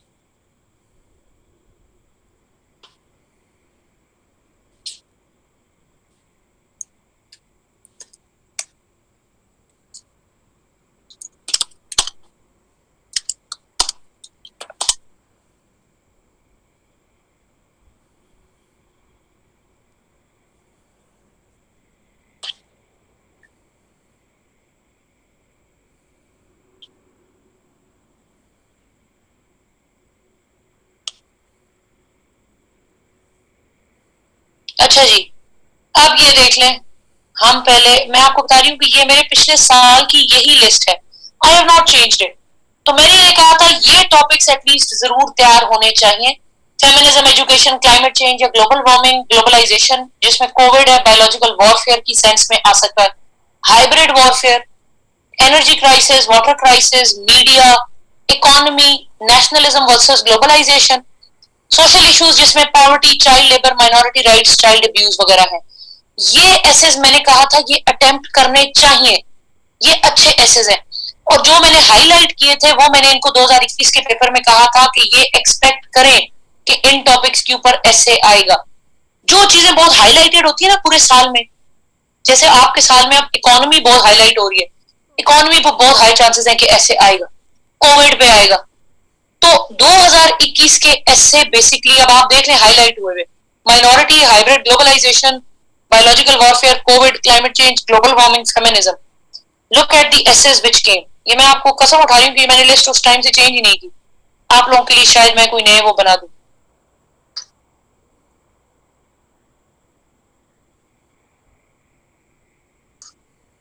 हाँ जी, do not waste water even if you were at a running stream. Water crisis, meaning purposive education. Second paragraph, second ही मैंने education लिखा हुआ था। कोविड-19 a wake up call for Pakistani researchers. Human inventions move the societies backward. Universal human equality is your topic. आपका human equality again feminism related, औरतों के rights मर्दों के बराबर, ब्यूरोक्रेसी डॉलरम्स इसको गोला मारे, gender equality popular slogan, pros and cons of globalisation, intellectual communication is, I don't know how you say it, Venetia to avoid a third world war, I don't know, I fall upon the thorns of life, I believe. अब आप मुझे बताएं इसमें से 4 से 5 इस list में दिए हुए थे।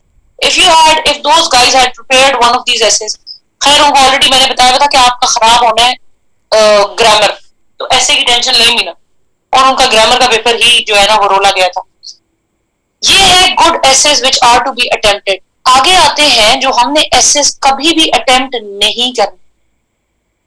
आई रिपीट, अनलेस और अनटिल आप बिल्कुल ही वर्ज पे हैं कि जी आपको बिल्कुल ही कुछ और नहीं आ रहा, आप मजबूर हैं, फिर कर लें। लिटरेचर वाली कोट्स वो जो भी मैंने पढ़ी है कि वो आई ब्लीड समथिंग वाली, नेवर अटेम्प्टेड। ठीक है, लिटरेचर की quotations not allowed. UN, terrorism sounds easy पर 90% failure chances. Democracy 100% fail. Hardly कोई एक दो ऐसे हैं डेमोक्रेसी वाले बच्चे मेरे जिन्होंने कहा कि हम पास हुए। जिसने कहा कि मैंने डेमोक्रेसी अटेम्प्ट किया 90% वो बच्चा फेल हुआ। रिलीजन रिलेटेड, रिलीजन के ऊपर मैंने 2019 में फेमिनिज्म को कनेक्ट करके लिखा था, लेकिन 2019 तक मैं CSA से ट्रेन हो चुकी थी।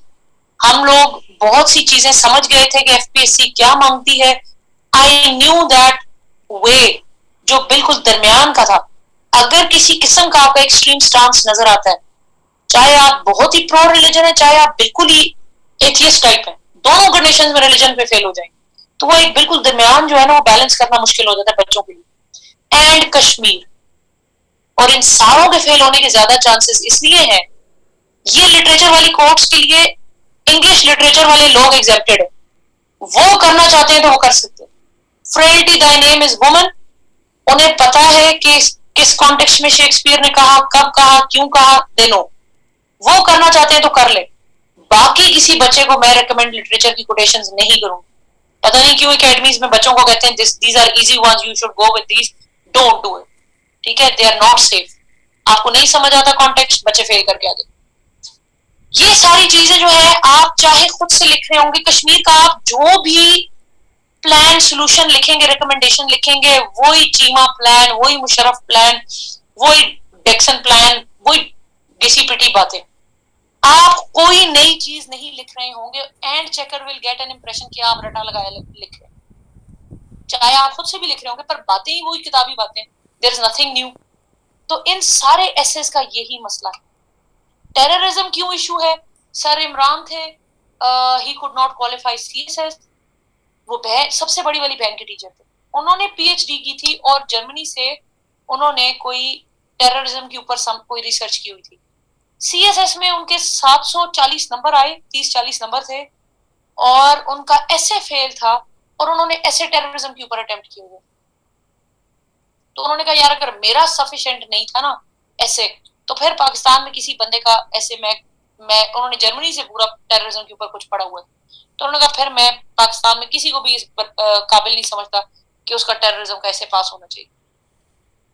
तो ये हो गया जी हमारा essays which should not be attempted. अगली बात, कोई फर्स्ट और second person pronoun I, we, you, are, us, your, ये वर्ड्स आप अपने एसे में अलाउड नहीं है इस्तेमाल करना। फर्स्ट पर्सन आप यूज कभी भी नहीं कर सकते। वन का इस्तेमाल इज फाइन। हाँ, एफपीएससी की रिक्वायरमेंट तो नहीं है, लेकिन रिसर्च बेस्ड नॉलेज हो, सीधा नॉलेज हो, एनी नॉलेज एट ऑल। मेरा तो नहीं था research based knowledge, trust me, I was a doctor, और सीधा किताबी चीजें, बुक्स बहुत पढ़ी थी औरतों शोरतों पे, जिस तरह की चीजें मैं आपको आज बता रही हूँ, बस ये मेरे ऐसे में इस तरह कहानी टाइप लिखी होती थी। मैं इंग्लिश वॉज गुड, अच्छी अंग्रेजी, हाई फाई नहीं थी, वेरी सिंपल इंग्लिश, लेकिन अच्छी अंग्रेजी के साथ, अच्छी मतलब जो मेरे जहन में पॉइंट होता था, आई कम्युनिकेटेड इट वेरी वेल। और कोटेशंस होती थी, हर 2 पेजेस के ऊपर एक कोट मैंने जरूर लिखी होती। अब जैसे ये मेरे टॉपिक्स थे ना, तो इन सारे टॉपिक्स के ऊपर ना मैंने ऐसे की आउटलाइन बनाई होती थी, उसके साथ उसके कोटेशंस लिखे थे, 8-10 कोट्स। एजुकेशन है, इसके ऊपर मैंने आउटलाइन बनाई, इससे रिलेटेड 8-10 कोटेशंस। क्लाइमेट चेंज है, 8-10 कोटेशंस। ग्लोबलाइजेशन है, 8-10 कोटेशन। तो इस तरह मैंने कोटेशंस अपने पास जो है वो हर टॉपिक के साथ 7-8 लिखी होती थी। तो this is the time when you start doing it. Paris की जहां तक बात है, इंट्रो का एक ही पैरा रहेगा।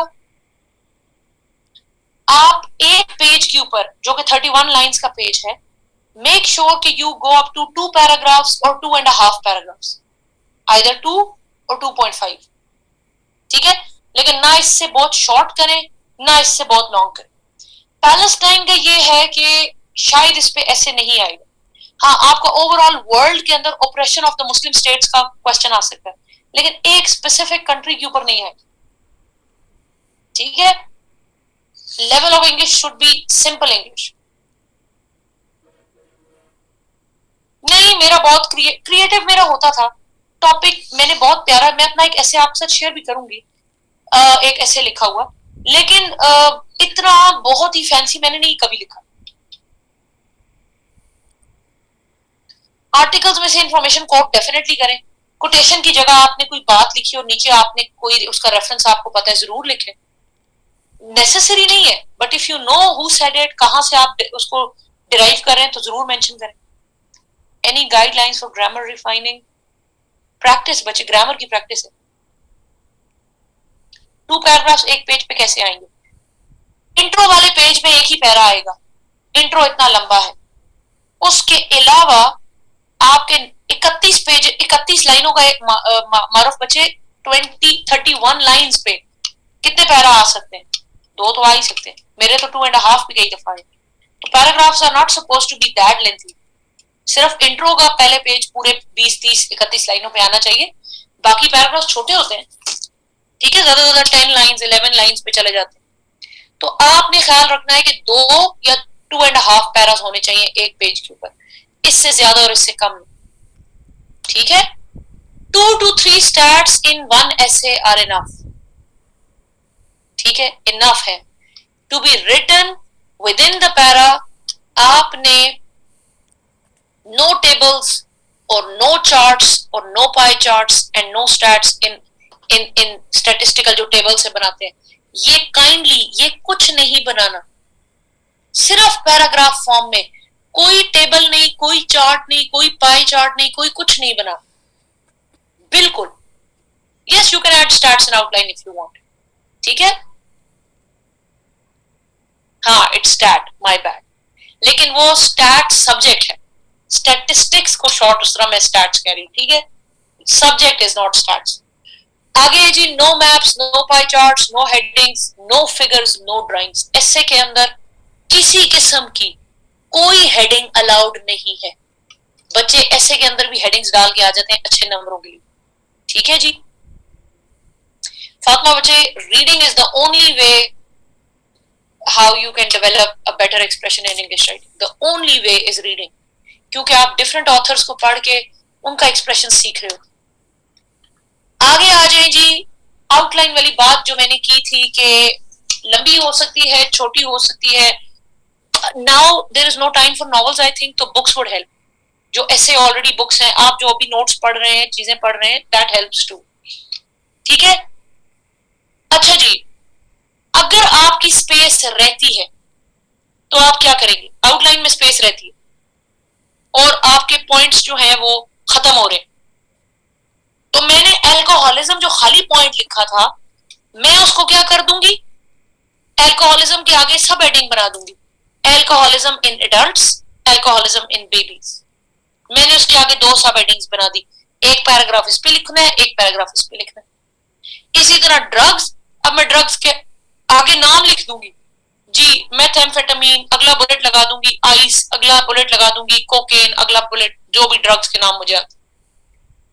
If I have a space crunch, अगर मेरी जगह खत्म हो रही है और मेरे पॉइंट्स भी रहते हैं, तो मैं किस तरह लिखूंगी? मैं इनको इकट्ठा करना शुरू कर दूंगी, अल्कोहलिज्म एंड ड्रग्स। अब अल्कोहलिज्म अलग पॉइंट है और ड्रग्स का अलग पॉइंट है, तो पैराग्राफ्स में मेरा पहले अल्कोहलिज्म पे 2 पैराग्राफ्स लिखे गए और उसी सीक्वेंस में फिर मैं ड्रग्स पे आई। इसी तरह ऑब्जेक्टिफिकेशन एंड विक्टोरिया सीक्रेट, पहले मैंने ऑब्जेक्टिफिकेशन के ऊपर पैराग्राफ लिखा, फिर तो जब मुझे फील हो जाएगा कि मेरी जगह कम हो गई है, तो मैं 2-2 को इकट्ठा करना स्टार्ट कर दूंगी, ठीक है ना।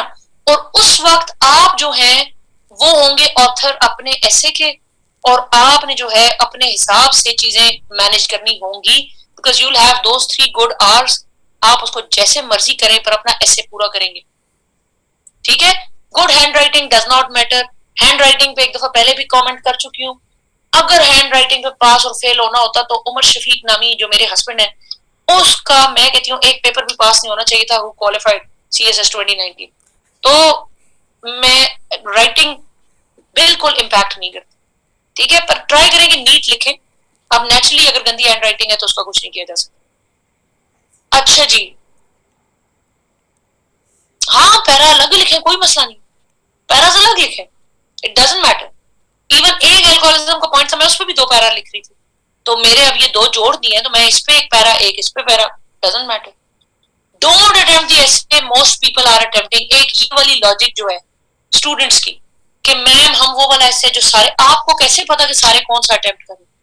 2019 में आया था new waves of feminism in our culture, और न्यू वेव्स के अंदर बेसिकली आपका LGBTQ आता है, ठीक है, जिसके अंदर आपके वो लेस्बियंस और गे के राइट्स की बातें।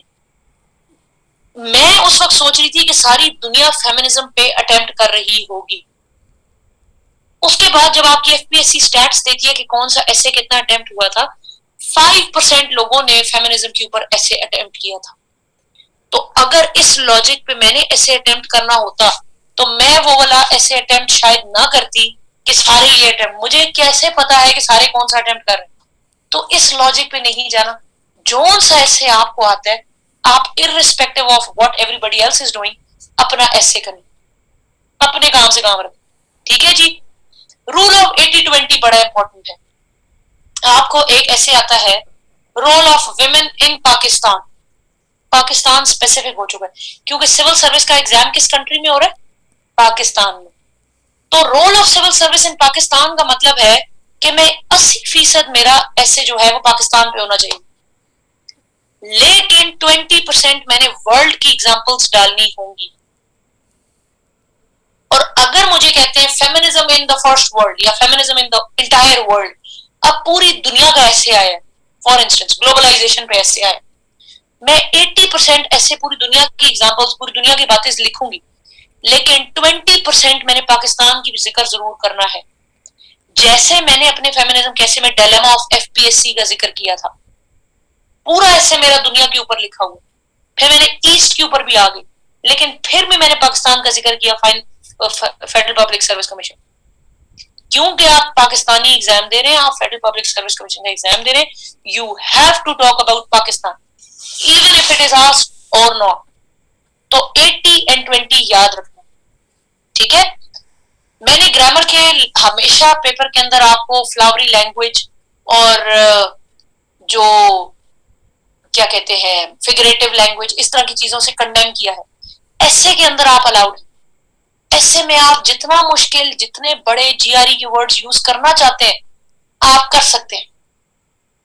If the essay is about the world तो आप 80% वर्ल्ड और 20% पाकिस्तान का जिक्र करेंगे। If the essay is related to Pakistan तो आप 80% पाकिस्तान के ऊपर लिखेंगे, लेकिन फिर 20% दुनिया की एग्जांपल्स भी देंगे कि पता चले कि आप पाकिस्तान में रहते हुए आपको दुनिया का भी पता है और दुनिया में रहते हुए आपको पाकिस्तान का भी पता है। ठीक है। And this is all for your एसे। अब मुझे बताएं, पॉइंट्स होने चाहिए 14 to 15 मार्क बचे, 14 से 15 बुलेट्स आपके पास होने चाहिए। My blunder, yes the blunder was that मुझे बहनों ने कहा हुआ था इसी तरह कि 2 पेजेस में 1 पेज के ऊपर कोटेशन जरूर होनी चाहिए, जो आमने सामने 2 सफे होते हैं ना, क्योंकि सारी लिखाई जो है वो बड़ी बुरी लगती है। अच्छा, उस टाइम ये ट्रम्प बड़ा हिट हुआ था टॉपिक, और ये और वो। अब मैं वेस्ट की कैथारसिस करते when I reached my 15th and 16th page, तो मेरा जो है ना वहां पे I ran out of my quotation. मुझे कोई समझ नहीं आ रही थी कि यहाँ पे क्या कोट लगाऊं कि जो है वो इसके साथ मैच भी होती हो। I couldn't think of any. Time भी कम हो रहा होता है और बंदा टेंशन में भी होता है और जल्दी में भी होता है। मैंने क्या किया, मैं उस टाइम ट्विटर यूज नहीं करती थी और मुझे ट्विटर का जो है आइडिया नहीं था कि इस तरह पब्लिक होता है और सबको पता होता है और ये वो। तो मैंने लिखा आखिरी पेज के ऊपर कि मेलेनिया ट्रम्प ट्वीटेड। अब मैं ये लिखना चाह रही थी कि जी इतने फजूल लोग हैं कि इनकी औरतों को राइट्स का पता ही नहीं है, कि इनकी जो बीवियां हैं वो अपने आप को जो है वो ये इस किस्म की बातें करते हैं और इनको राइट्स का आइडिया नहीं है। और ये अच्छा जी, मैंने कहा इवन के प्रेसिडेंट की बीवी जो है वो ये कह रही। अब मैंने उसका लिखी quotation, she tweeted on Twitter. अब वो लड़की अपने बारे में ट्वीट कर रही है, उसकी बीवी का लिखा कि who would have thought that a woman who was looking for a sugar daddy would end up in White House। ये वो खुद अपने बारे में कह रही, और sugar daddy was a rich man, और ये वो मेरे जहन में था। When I came back, मैंने कहा यार कोटेशंस नहीं आ रही थी, आखिरी कोटेशन नहीं आ रही थी, I made one up। तो वो सबसे बड़ी जो मैंने Laila, she was sitting there, उसने कहा क्या बनाई? I told her this। उसने मुझे कहा क्या लिखा है? मैंने लिखा है कि a woman who knew that a woman who was looking for a sugar daddy would end up in the White House। तो सबसे पहले तो जो मेरी बहन जो ट्विटर यूज करती थी उसने मुझे कहा कि पहली ऐसी बात है कि अगर कोई ऐसी ट्वीट होती है तो ये वर्ल्ड वाइड वायरल होती है। Twitter is something which everybody can see, I hope you know that. तो चेकर ने अगर ट्विटर खोल के उसका अकाउंट चेक किया, मैंने कहा अल्लाह के हवाले, कौन अब चेकर के पास इतना टाइम होगा who would open Twitter and check in this and that. मजे की बात ये हुई कि बहन ने मुझे कहा what does sugar daddy mean. मैंने कहा अमीर आदमी, बूढ़ा एंड रिच। उसने मुझे कहा गूगल इट, डिक्शनरी खोलो फोन में एंड लुक इट अप, इसका मतलब क्या है। वो जब मैंने उसका, although you guys are grown ups, लेकिन still I would want you to just Google it yourself। वो मतलब कि बहुत ही गलत आदमी जो कि पैसे दे के औरतें जो है वो अपने साथ रखता है, और वो sugar daddy some sort that sort of a man. तो जो है when I look the meaning up, तो फिर मैंने जनमाज डाली और मैं सज्जे में चली गई। मैंने कहा या अल्लाह, ये ऐसे अगर पास हुआ तो ये बस, मैंने कहा या अल्लाह उसकी आंखों में धूल डाल, चक्कर गिर जाए, पेपर गुम जाए, कुछ हो जाए, ये लाइन होना पड़े। तो इससे फिर मैंने उस वक्त अपनी बहनों को कहा, मैंने कहा यार ये किस्सा मैं किसी को नहीं बताऊंगी, पर अगर मेरा पास हुआ इसका मतलब है कि ये बात सच है कि ये इंट्रो और आउटलाइन पे पास कर देते। अगर मेरा ऐसे फेल हुआ, मैंने कहा पहले तो ये किस्सा मैं फिर किसी को नहीं बताऊंगी, दूसरी बात ये कि मैं समझ जाऊंगी कि आखिरी पेज तक ही चेक करते हैं, क्योंकि इन्होंने इतनी ब्लंडर्स बात जो मैंने लिखी है, और एक औरत अपने बारे में खुद ही ये कह रही जी मारूफ बच्चे 8 पेजेस मतलब 16 साइड्स, 8 सफे 16 साइड है। ये मेरी हैंड राइटिंग के मुताबिक है, मेरी हैंड राइटिंग थोड़ी बड़ी है। आपने अपने, कोई लोग कहते हैं ना हमने 5 सफे लिखे हैं, 6 सफे लिखे हैं, 6 मीन्स 12, 5 मीन्स 10 पेजेस। तो हो सकता है उनकी राइटिंग ही छोटी हो, उनकी एक लाइन के ऊपर 15 वर्ड आते हैं, 10 वर्ड आते हैं, मेरे एक लाइन पे 7-8 वर्ड आते थे। तो ये बात है, ठीक है। अब आप लोगों ने एक प्रैक्टिस फुल ऐसे की 31 लाइंस वाली उर्दू की शीट्स पे लिख के जाना है, टू सी कि आपके कितने नंबर ऑफ वर्ड्स बनते हैं। And no over writing and no under writing. 2500 से 3000 है तो 2500 से 3000 होना चाहिए, वो वर्ड काउंट करते हैं, इस तरह नहीं करते, लेकिन एक लाइन के वर्ड्स काउंट करके वो आपके आगे से मल्टीप्लाई कर लेते हैं सारे पेजेस के साथ कि आपने कितने सफे लिखे हो, अंदाजा उन्हें हो जाता है। ठीक है, मैंने कहा है द क्लास इज ओवर। आप लोगों में से कुछ बच्चों ने मैसेज किया कि मैम सुबह ऑफिस है, उसके लिए माजरत, वो आप लोग छुट्टी कर सकते हैं। जो लेट ज्वाइन किए हैं उनके लिए मैं थोड़ा सा रिव्यू कर देती हूँ। No you don't need to mention the word count, no they have mentioned it in the question. ठीक है जी,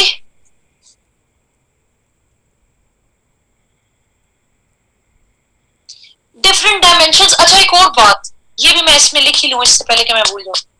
आप लोग, कुछ लोग जो है ना वो टीचर्स इस तरह पढ़ाते हैं डायमेंशंस निकालने के लिए, सोशल, कल्चरल, इकोनॉमिक, ये ना करें प्लीज। मैं बता रही हूँ, आप जितना ऐसे रैंडम लिख रहे हैं, पता चल रहा है कि you are writing it on your own. ये जो सोशल, इकोनॉमिक, ये वाली चीजें है ना, ये फेल करा देगी। इससे साफ पता चलता है कि जी बच्चे को ऐसे नहीं आता था और उसने ये 4-5 डायमेंशन उठा लिए, रिलीजियस, सोशल, इकोनॉमिक, और क्या क्या होती थी, पॉलिटिकल, और पता नहीं 5वीं कौन सी थी। ये ना करें, ये मैं रिकमेंड नहीं करूंगी। एक और भी कोई थी पर्सनल, ये पता नहीं क्या, नहीं कुछ और था, नाउ आई फॉरगॉटन, कोई 5वीं भी थी। तो ये ना करें, ये इस तरह नहीं कर। हाँ, इन्वायरमेंटल, कल्चरल, कल्चरल, कल्चरल, ठीक है। मैं ये डायमेंशंस बिल्कुल भी, मैं बता रही हूँ कि 100% फेलियर का वो है। चेकर पागल नहीं है, उसे पता है इसको नहीं आ रहा था, इसने बस ये 4-5 चीजें साइड कर। Collecting the data are these 2 books basically, जो मैंने यहाँ शेयर की है। Once you go through these books, आपको बेसिक चीजें आ जाएंगी कि इस टॉपिक में क्या क्या होता है। फिर उस पर गूगल पे रिसर्च करें, कहीं कहीं पे आर्टिकल्स पढ़ें, कहीं पे कुछ पढ़ें उस टॉपिक से रिलेटेड।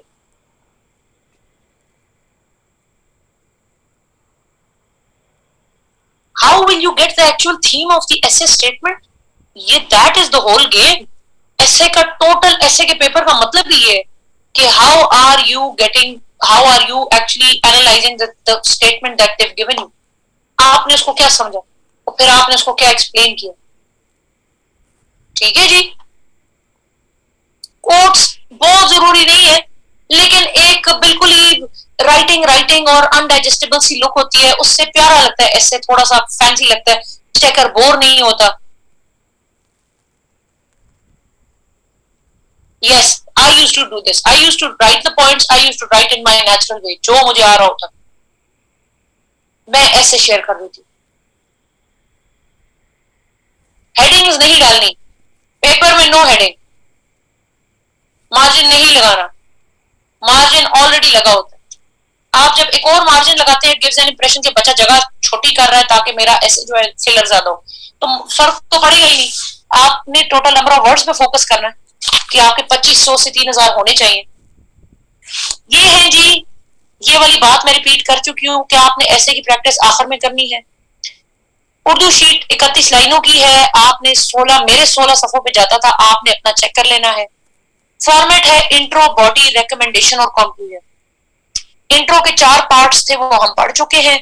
बॉडी के अंदर मैं आपको बता चुकी हूँ कहानी कनेक्टर, कहानी कनेक्टर, कहानी कनेक्टर। रिकमेंडेशंस में सिंपल पॉइंट्स में नहीं लिखना, पैराग्राफ फॉर्म में कुछ ना कुछ रिकमेंडेशंस लिखनी है। एंड कंक्लूजन इन्वर्टेड ट्रायंगल है, summary of the essay, and then comes your positive hopeful ending. 16 8 सफे, 8 पेजेस की 2 साइडें, ठीक है, 8 पेजेस बेसिकली, लेकिन 2 साइड्स ऑफ 1 लीफ। ठीक हो गया। ऊपर नंबरिंग हुई होती है 1 2 3 4 5, तो मतलब अप टू पेज नंबर 16 था। No, there is no minimum, 3 basically, don't go less than 3। इससे लगता है कि जी हाँ, लेकिन 16 में मेरी आउटलाइन काउंटेड है अंदर। फर्स्ट 2 पेजेस पे मेरी आउटलाइन, मतलब page number 3 to page number 16 मेरा ऐसे लिखा हुआ है, और मेरी हैंड राइटिंग थोड़ी बड़ी है, मैं थोड़ा खुला खुला बड़ा बड़ा लिखती। फिर मैंने कहा कि सारे टॉपिक्स आपने इकट्ठे नहीं देखने, you have to fold the page and choose the topic. Fold इस तरह करें कि एट अ टाइम एक ही टॉपिक नजर आए, ठीक है। और इस तरह जब आप एक पेज हो जाए आपका, जो एक टॉपिक आता है तो वेल एंड गुड। 2 टॉपिक्स में कंफ्यूज हो जाए तो अपने क्वेश्चन पेपर की बैक साइड पे बुलेट पॉइंट्स दोनों के लिए लिखें, ठीक है। वो जो आप पॉइंट्स लिखेंगे उस तरह आप जो होते हैं, आपको पता चल जाएगा कि मुझे कौन सा ऐसे आता है और कौन सा नहीं। वीडियो वाली बात ये थी,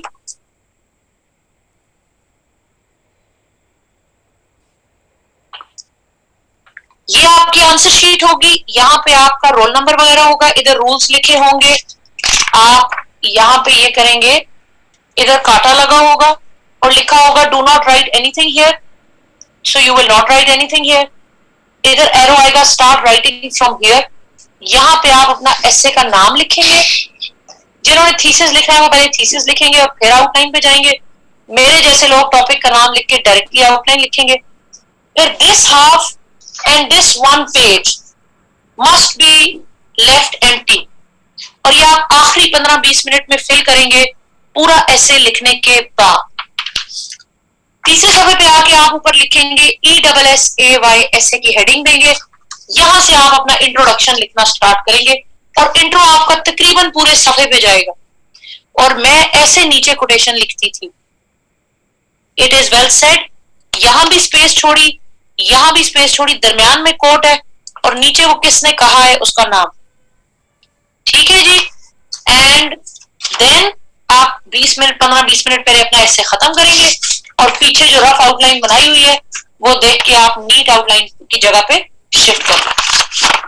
दैट इज इट।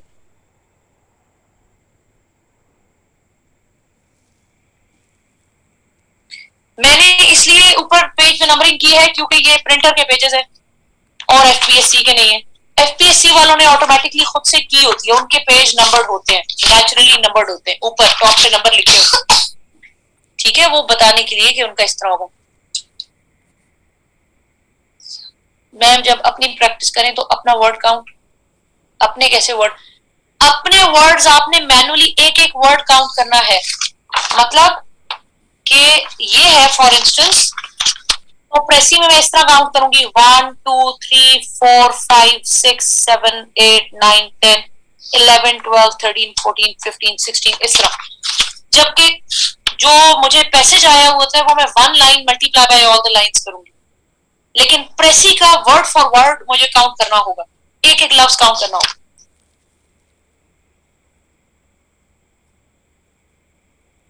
बिल्कुल जैसे न्यूज़पेपर में आर्टिकल होता है, कोई हेडिंग नहीं, ऐसे में headings are prohibited, they can fail you, तो बिल्कुल नहीं लिखनी।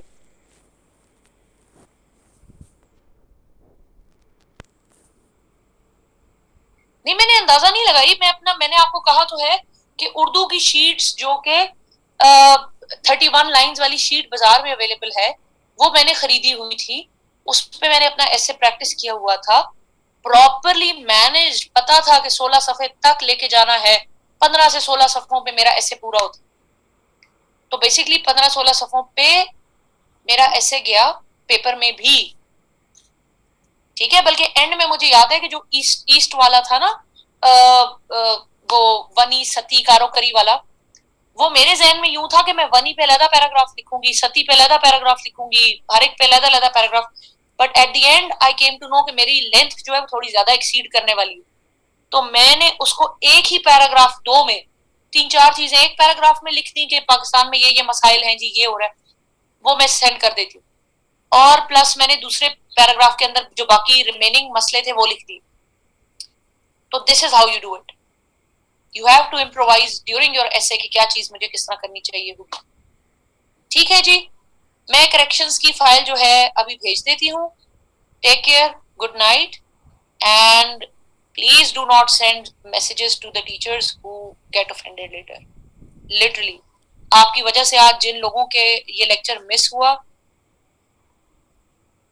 I feel really bad for those students and I know myself कि probably मैं अब उनके लिए मैं definitely अलहदा क्लास अरेंज करूंगी because I have to, because I am the teacher।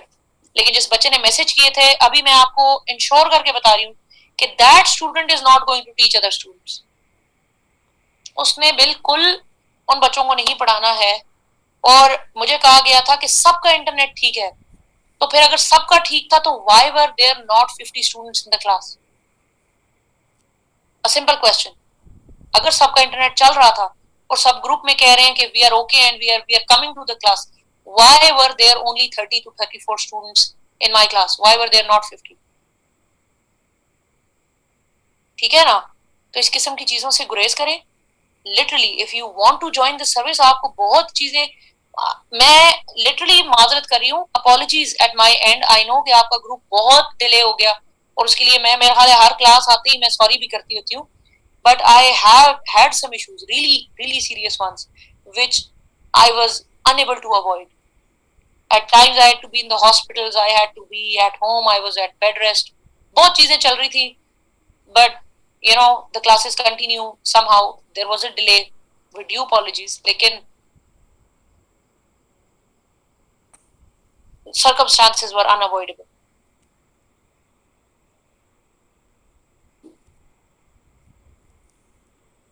Thank you, Nasar बच्चे।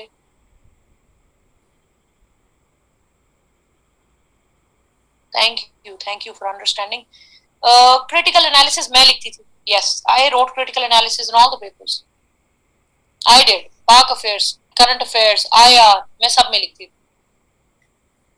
ठीक है जी, तो मैं अभी आप लोगों के भिजवा देती हूँ, अभी एहतशाम को भेज रही हूँ। आप लोगों के कहने पे I have gotten myself a new coordinator as well, जो कि मेरे रिप्लाई के बगैर किसी को कोई मैसेज नहीं करेगा। और मैंने कहा कि एक कोऑर्डिनेटर से जो है बहुत बच्चों को इश्यूज हो रहे थे, so I need to have another one जो कि थोड़ा वो हो, जो बच्चों के साथ वो करे। ठीक है जी, that is all for tonight. इंशाल्लाह we shall meet tomorrow again. कल आपकी लास्ट क्लास होगी which is going to be correction translations, and then इंशाल्लाह we'll hold a mock in the coming week, on the coming weekend. जो अगला weekend आएगा उस पर आपका फर्स्ट मॉक कंडक्ट हो। ठीक है जी, अल्लाह हाफिज, टेक केयर, गॉड स्पीड, अल्लाह हाफिज जी। एंड सॉरी शुरू में डांटने के लिए, माजरत। I got angry, I really got very angry, so sorry।